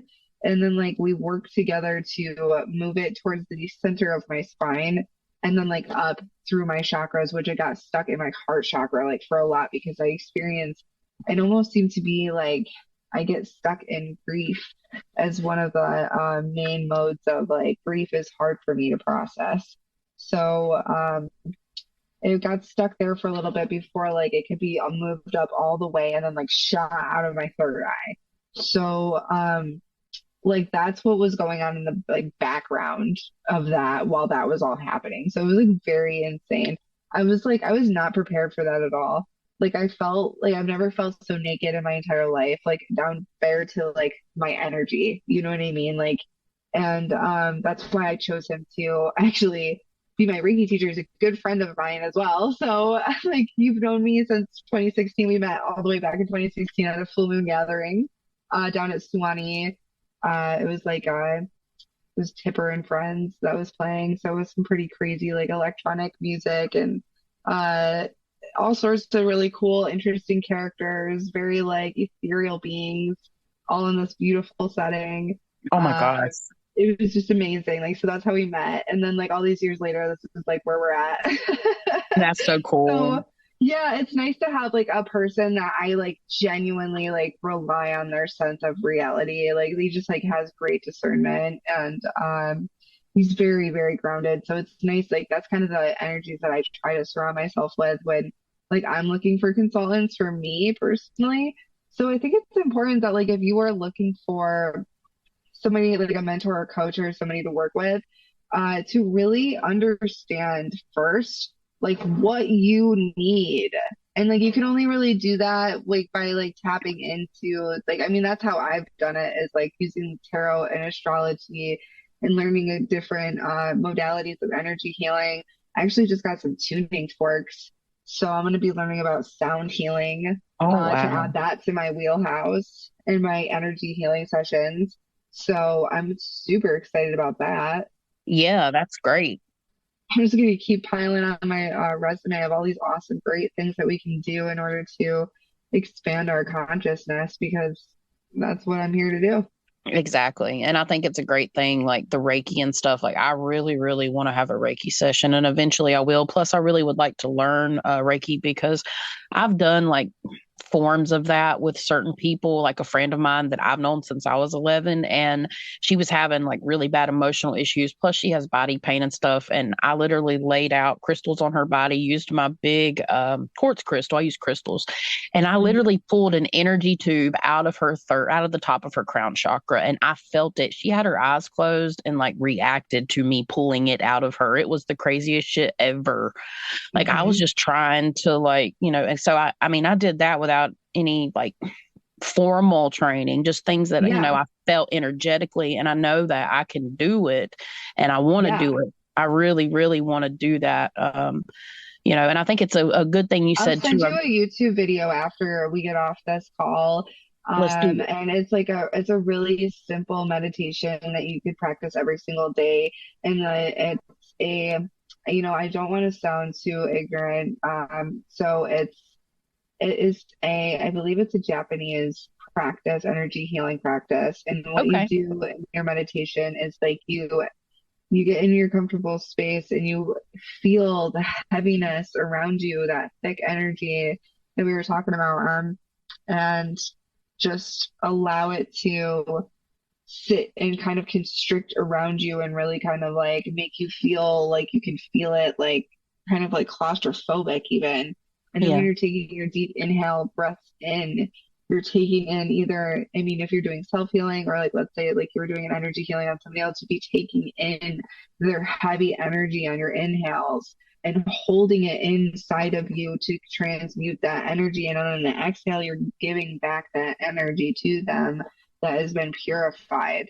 And Oh, I hope that that really just puts into context for people why you need a reciprocated energy exchange for your energy healers and the psychics and the mediums in your life. Like, if you're thinking that these people are just going to be able to like activate their gifts and powers for you just because like your friends or family or whatever, like, do not get it twisted. This shit costs perhaps. so much Yes. mental and like physical and like spiritual, like this these like we worked very hard to and like have gone through very difficult experiences and initiations in order to attain this level of mastery, Yeah. really. And Yeah. even if you don't feel like a master, like if somebody is trying to get you to use your gifts against your will, you tell that person to fuck off and be Yeah. like, you don't deserve access to my energy if you were not reciprocating it accordingly. And I don't just mean Yeah. that with money, I mean that in every aspect, you know? So, Absolutely. They treat some people, I say they, but certain people think of mediums and psychics and energy healers as like the fortune teller. You put a quarter in and you get an answer back. yeah, And it's really sad because we're people too. And these are people that I personally feel they're still very much attached to their own ego and like yeah. they're wanting answers Well, for the yeah, future. They're wanting, for sure. you can't really do any. We can talk about the past, we can try to talk about the future, but honestly my thing is if we need to work on the now, we need to Yes, work on the present, and if by working on the present it helps us have the future that we want yes. and that we And can it's like, within our yeah. control. Mm-hmm. Right, because like the now is the most powerful moment. So I know that like some people either like, well, truthfully, like even just experiencing my energy is healing for a lot of people. And I try to make it that way. Like when I go out in public, like I have great experiences with the public because I try to put that energy out. And even, I like will go out of my way to make somebody smile or like make a connection, even if it was just for a brief second. Like, like a child smiling at you and you're in the Yeah. grocery line or something like that. Like there's so many moments day to day that we are gifted with the opportunity and the challenge to exercise our kindness and our unconditional love. And so, if you even have the honor and privilege to speak to me, and I don't care how that sounds, I do not care how that sounds. If you have the honor and privilege of even speaking to me and being in my energetic field, I'm going to treat you just like I would treat myself, which is with so much love, because that is how you do shape your future. And Yeah. every person knows something that you do not. So, like, I don't think that you should ever try to carry so much pride in your heart that you Yeah. can't find yourself in every single person that you meet. And even in the most disgusting, vile expressions of humanity, if you can accept that those were brought into your field of awareness so that you can look back on how much you've overcome as a spiritual being and as a collective, as an expression of a collective. And, we obviously still have a lot of work to do, but like that's being brought up for us to integrate. So this divide that you were talking about and like, like, yeah, it is really happening, because like I speak to a lot of people. I'm like, oh my God, like the collective consciousness is like raising so much. It's like, it's such a beautiful thing, blah, blah, blah. And then like I'll go over here and they'll be like, this is the most fucked up the world has ever been. I can't Yeah. even believe this shit. And Yeah. that's the split that I noticed. And so Yeah. really it's just like, I'm here to help stabilize that. And I think that that's what you're here to do as well. And it's Yeah. not easy. And people do not realize that like 99% of everything that goes on is in your own head. And so your attention is for sale, your data is for sale. Um, Yep. it's used against you. And I actually learned how to develop like incredibly like creepy targeted ads because I was curious as to how the fuck I felt like my phone was listening to me. Yep. I learned how to be much more safe on the internet and protect myself from hackers and I've gotten into learning how to code my own programs and use AI and communicate with AI, because those are all skills and things that are going to be very, very crucial and important in the future very soon. We're all going to go I through agree. this moment where we're going to be forced to integrate even deeper with technology than we already have. And it's going to get creepier and creepier and creepier to the people who are organically like here, like as natural beings of the earth.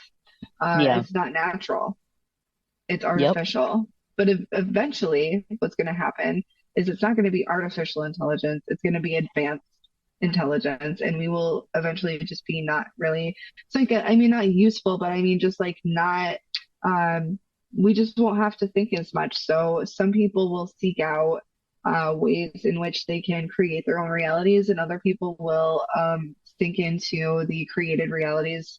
And that's just the kind of the cycle of society, you know, like some more people get out of it and become creators, and then other people just kind of become like, you know, living in those illusions. So, but And you that's can, it's a fine line to walk. right. And that's the balance. Unfortunately, that is the balance of what is. Like, we all have to have that Yeah, different human experience, and we're here for different reasons, because in the lifetime before, the person that ends up on the side of the street that's homeless, that has nothing, and is highly addicted to, let's say, drugs, didn't have that yeah. experience in a past life, and they needed to experience that. And I guess what you've told us a lot about really what drives you, but what is the one thing that like drives you to keep going, and anything you want to add to the overall, I guess you could say, topic about, what you do and what you offer?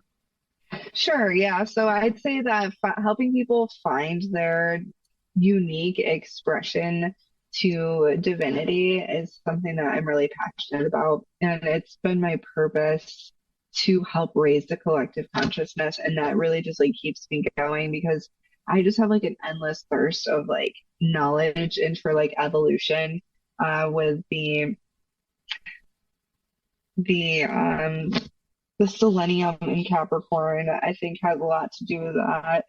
In my fourth house, I was here to help people generate like or generationally break cycles and trauma and rise above that and like help them guide them through their shadows, which is the second pillar of my soul engineering program, which is soul searching is pillar one, shadow diving is pillar two, and the last step is soul engineering, which is the integration step. And so helping people really find acceptance and grace for an unconditional love for even their most horrible pieces of themselves, to find peace with that and integrate them so that like they and like create the internal space so that they can all exist within you and you're not being torn between these things. You can just like encompass them and embody them and employ them all whenever that suits you. So that's what I'm trying to do.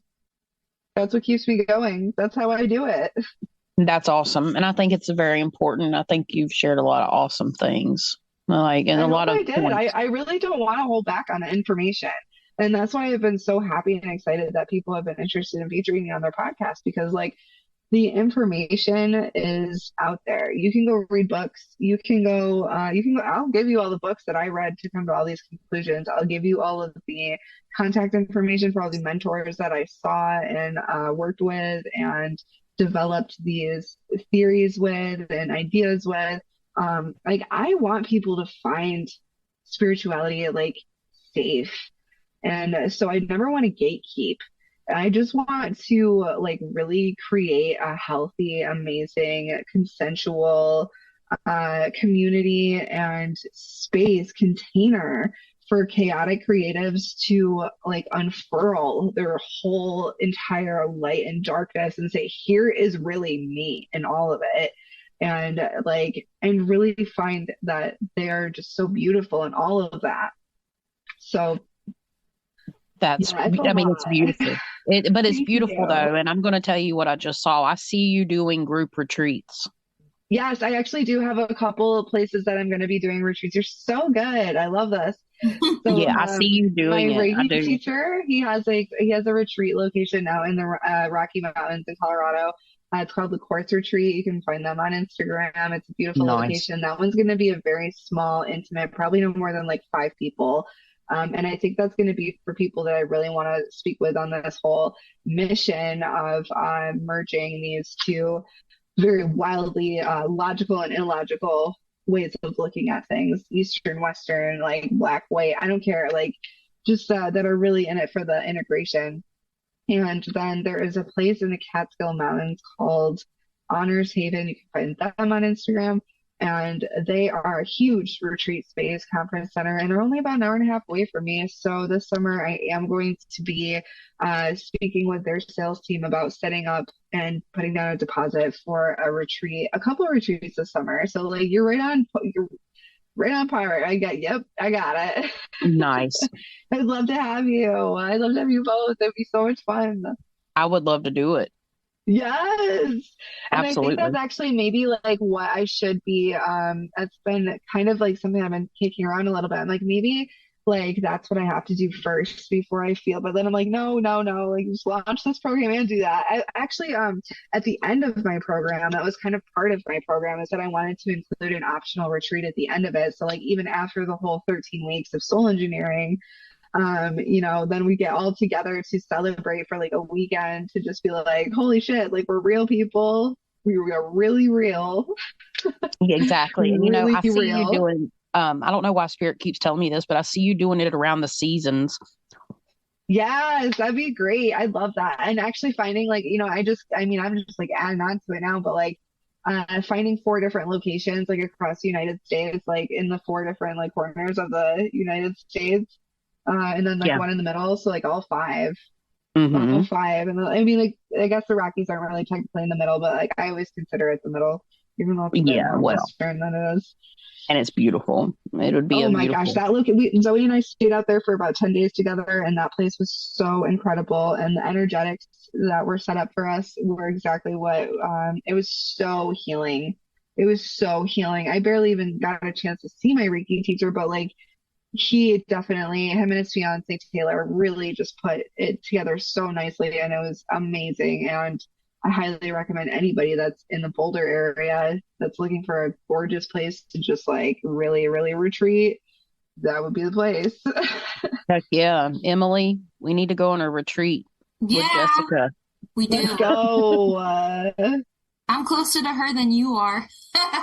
We could go to honor. I could like send you honor haven. They have like really cool like retreats as far because I'd like to be a guest there before I'll be like, hey, because like who knows? Like maybe it's some like crazy like something I'm not really like that I don't resonate with. So I'd like to go visit before I like sign myself up for something crazy. But no, I really do. I feel like I spoke with a couple of the people there that host retreats, and they are just amazing. One of them is a somatic healer, so healing trauma through certain body movements, and different kinds of somatic experience healing. So that's really important because I started reading the book The Body Keeps the Score.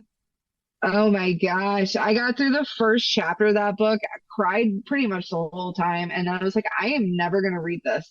This is the most like, the first chapter is so traumatic. I'm Oh, wow. like, oh my goodness. And it's like all about, like veterans and like war PTSD. And I'm like, I don't even, like, I can't.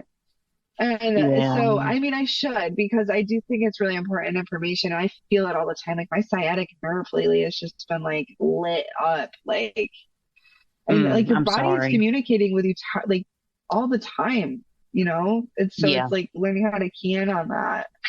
That's not my forte. That's actually my biggest struggle on the mind, body, soul trinity. I definitely struggle to take care of my body the most. I don't know about you guys. Yeah. Hmm. Emily, you can tell her all about it because you have but Emily, she has a very special like gift with her clairsentience, so she feels other people's pain. Yeah. Hmm. And then it turns into my pain. Yes. Yeah. Yeah. And then, yeah, it's a struggle for sure. Yeah, dude. How do you get rid of that? Yeah, still working on that. Yeah, I think that like doing some like learning Reiki would be really helpful for you. I'm Hmm. sorry that you have to take that on and feel that. I do feel that sometimes I do that too. Um, and it's a lot. And I'm so like, the earth is lucky to have amazing souls like us that like really just will do that. Like we had a parade like right past my house today, and like every time there was like a fireman or like an ambulance that went by, I was like screaming at them. I actually live streamed it on Instagram, but I'm like I didn't post it, but like I was like screaming at them. I was like, thank you so much. Like thank you for saving people. Thank you for being brave. Thank you Yeah, for like literally keeping our communities safe. Like you're the real heroes of this community. You're the that's true. real heroes of this fucking community. And you're Yep. throwing candy at us. Like what? Like this is so cool. It Thank is, you. but in a way, it's like it's good that they're giving back. They're constantly giving, but we need to remember to give them the respect that they need because most people in law They all enforcement, were like very like almost like turned off by my like excited night like displays of like gratitude. They're like, we don't need that. We actually right? don't even care that you have this display of immense gratitude for us because that wasn't what we did this for. We did Yeah, this I because noticed it's that. our fucking purpose. Yep, and a I lot of love that. people, I'm like getting like kind of like teary eyed thinking about how like really strong fucking heroes don't like really need that kind of level of, I think that separates empaths from narcissists. A lot of times they get in that dynamic and they can't really tell which is which. And they're like, am I the narcissist? Like, no, you're actually just overextending yourself so much so that like you're lost. yeah, That's all. hmm Your I So get light it. has been so dimmed. I was gonna just say, Jess, how can people find you? Yes, people can find me. So I'm actually working on the ultimate funnel. So you can find me on YouTube, but I don't have anything posted there just yet. And all of these are like Engineer of the Soul. The best way that you can find me is on Instagram, and I have a link tree, so that'll like take you to all these other links that I'm trying to kind of get up and going. So Instagram is my main shenanigan account. Engineer of the Soul. You can find my business page at mindful.progression.llc. You can, and then if you, here's like a little like Easter egg, if you go to Mindful Progression's Instagram page and you look at my followed accounts, there's only like 22 of them. Those are people that I've worked with personally, healers of all different kinds of modalities, from Ayurveda to shadow workers, meditation teachers, Reiki teachers, masculinity coaches, you name it. Well, these are the people that I personally would recommend. That I would personally be able to get in touch with, except for there's a couple of them that are just like there for entertainment purposes only. Right. But they're really good accounts, so you should go check all those out. And yeah, I have a website. It's www.engineers with an S of the soul.com. And there is a form on there if you're interested in applying for the first round of soul engineering. It's going to be starting officially on April 1st, Awesome. tentatively officially. But yes, it's looking like April 1st is going to be our first day, and that is going to be a hybrid group one-on-one program where we meet weekly for about 90 minutes over Zoom, and then every other week we meet individually for a one-on-one 90-minute tea time session. That's TEA, Tarot Energy and Astrology session. And we track those throughout the course. So at the end, like I said, I envisioned that we'd have a retreat where we could kind of like look at how we've grown over the last 13 weeks. And with that, you'll have tons of resources, meditation resources, reading resources, writing exercises, all sorts of great stuff. So all of that's coming together, and I would love to talk with you. So if you're more interested in any of that, reach out, DM me on Instagram. I also have a guidebook. It's like a 10-page PDF on my process and program, soul engineering. So if you're like, it sounds kind of interesting, I just want to read more about it, then DM me and I will be so happy to send it over to you. And Yeah, yeah, that's how you can find me. I'm around and I'm happy to talk. So that's amazing. Yeah, and then I also want to let people know that I have a really neat tour coming up with my dear friend Grave Evidence at Grave Evidence. You can find him on TikTok. My friend Ron and I are going to be going into 13 different locations and doing some supernatural experiments. So we're staying the night at the Iron Island Museum as our first stop, and our other locations we have not yet released. So we are still putting together the funds and our finalized plans and itineraries. So that is something that is going to be so freaking awesome. I can't wait to start getting into that. So you guys will have to check that out. Well, you really, you got a really good thing going here, and we will definitely Thank link you. all of You do the. too. Well, thank you. Thank you. We will definitely link all your stuff down below, and we appreciate all the kind words, and we appreciate your knowledge and your perspective and your Thank experiences and your you. everything, A everything. And we're lot there. really, I'm a lot like Ellis in this story, just kind of like wandering around and like being presented with all these crazy characters and like aspects of myself that I've had to integrate one at a time and like learn how to respond to them. So um, I am never alone, and I hope that anybody that is feeling the dark night of the soul, isolation, and if they're ready to expand, then they should definitely get in touch with me. So thank you yes, guys I again agree. so much for having me. I appreciate you. It has been Absolutely. so lovely. We appreciate you. And yeah, it was great. Thank you so much. Mm-hmm. Mhm. Tits. Yes. Yay! That was awesome. We did Woo. it! So, guys, what'd you think? She's fucking awesome. We love her. She's great. Fantastic. Definitely go and check her out. All of her links she plugged. She's got, like she was talking about, one of the things I'm looking the most forward to, besides, of course, her retreats and stuff, that's all fantastic. Like, she's got a lot of cool things going on, guys. So go check her out. She has openings, I think she said, starting at the beginning of April. So you have plenty of time to contact her if you're interested in following her program. I'm personally excited about her collaboration coming up, where she's going to be going to, I believe, 13 different haunted locations. It's very exciting. I can't wait to see that. But yes, let us know what you think and contact her if you have any questions. I want to go on those with her. Yeah, I know, right? I want to go to a retreat. Yeah, I want to go to a retreat and get my feng shui on. Well, a lot of the retreats involve, like, some of the retreats rather involve hallucinogenic experiences. Oh, I don't need to do that. I mean, I already got that Well, by itself. Like, I can do that on my well. own. I don't need fucking help. Oh, wow. Okay. I'm just saying, I don't need assistance with herbal things. Some people like do the whole frog thing, and they like you have to You like hold a it down, frog? and well, they extract it, like it's extracted or whatever, and then you purge after so long it will make you vomit. Ew. Leave the Yeah, it's very frogs interesting. alone.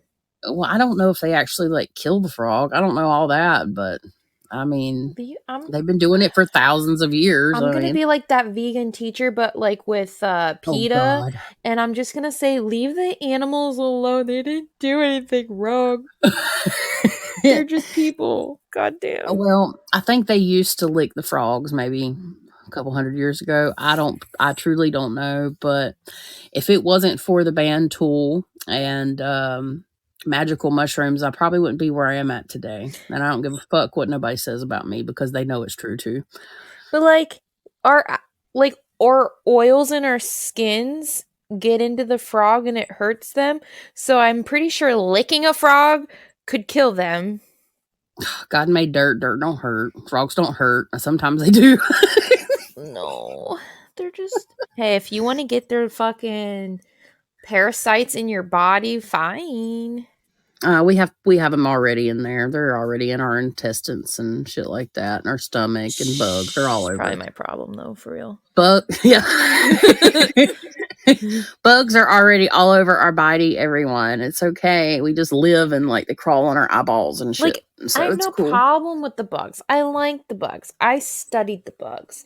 I don't want to hurt things that should not be hurt. We don't even know if it's hurt though. We don't know what the process is. So I mean, maybe not. We don't know. If it's Somebody inform us. Inform our uneducated asses. Does the frog get hurt during this? I can't remember the name of it, and I probably shouldn't even say it because yeah. But y'all, if y'all know, you know. Just let us know. Let us know. But yeah. So next time on the episode 16, we're going to be talking about awakenings. Yep. See, look, it's like the frogs and everything, and then it was perfect. It was perfect. Around a fire. All I got was a vision of us dancing around a fire with some frogs. Okay, so you can tits that out. I couldn't help myself. I just saw massive frogs. I want a massive frog. I want that one that Australian white-bellied toad frog, and he was as big as a cat, and I want one. Oh my god, it would eat you in your sleep. No, we would be friends. Oh my god, it would stick to your body and like you'd wake up with a stew. Yeah. It'd like stick to your body and shit. It'd like cling to your chest, and then you'd probably like have some type of anaphylactic shocks episode. No, I had a frog. Like, I had that kind of frog, and it was my child, and it survived for like 7 years. Oh, that's awesome. I had a turtle that's older than my oldest child. I have a turtle that's older than my oldest child. Yeah. Yeah, it's like 15. It's almost 15 years old. Animals don't deserve... I mean, we don't deserve animals. I almost said it backwards. We are animals. We're animals too, evidently. We're the bad kind. That can be a fair assessment. But yeah, next episode, we're going to be talking about awakenings. So we're going to talk about our experience with our awakening and the process of awakening. We're going to try to answer some questions. And if you guys have any questions about awakenings, you can send them in. And then we're going to talk about when your third eyeball opens. It's going to be great. Spectacular. Mm-hmm. But yeah. Check us out. We have our social links down below. Check Jessica out. She's fucking awesome. And until next time, peace out. Awaken wing. Tits. Hey, if you have a haunted story you want to share, you can email us at lightsatmidnightpodcast@gmail.com. Get in touch with us there. We'd love to hear from you.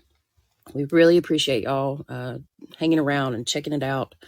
And yeah, thank you so much. We are super excited to bring you some super awesome content. We really appreciate you guys checking us out. Thank you to all that took the time to listen to this week's episode. Your support means the world to us. And remember, all of us have the ability to shine brightly and shed positivity, even in the darkest of places.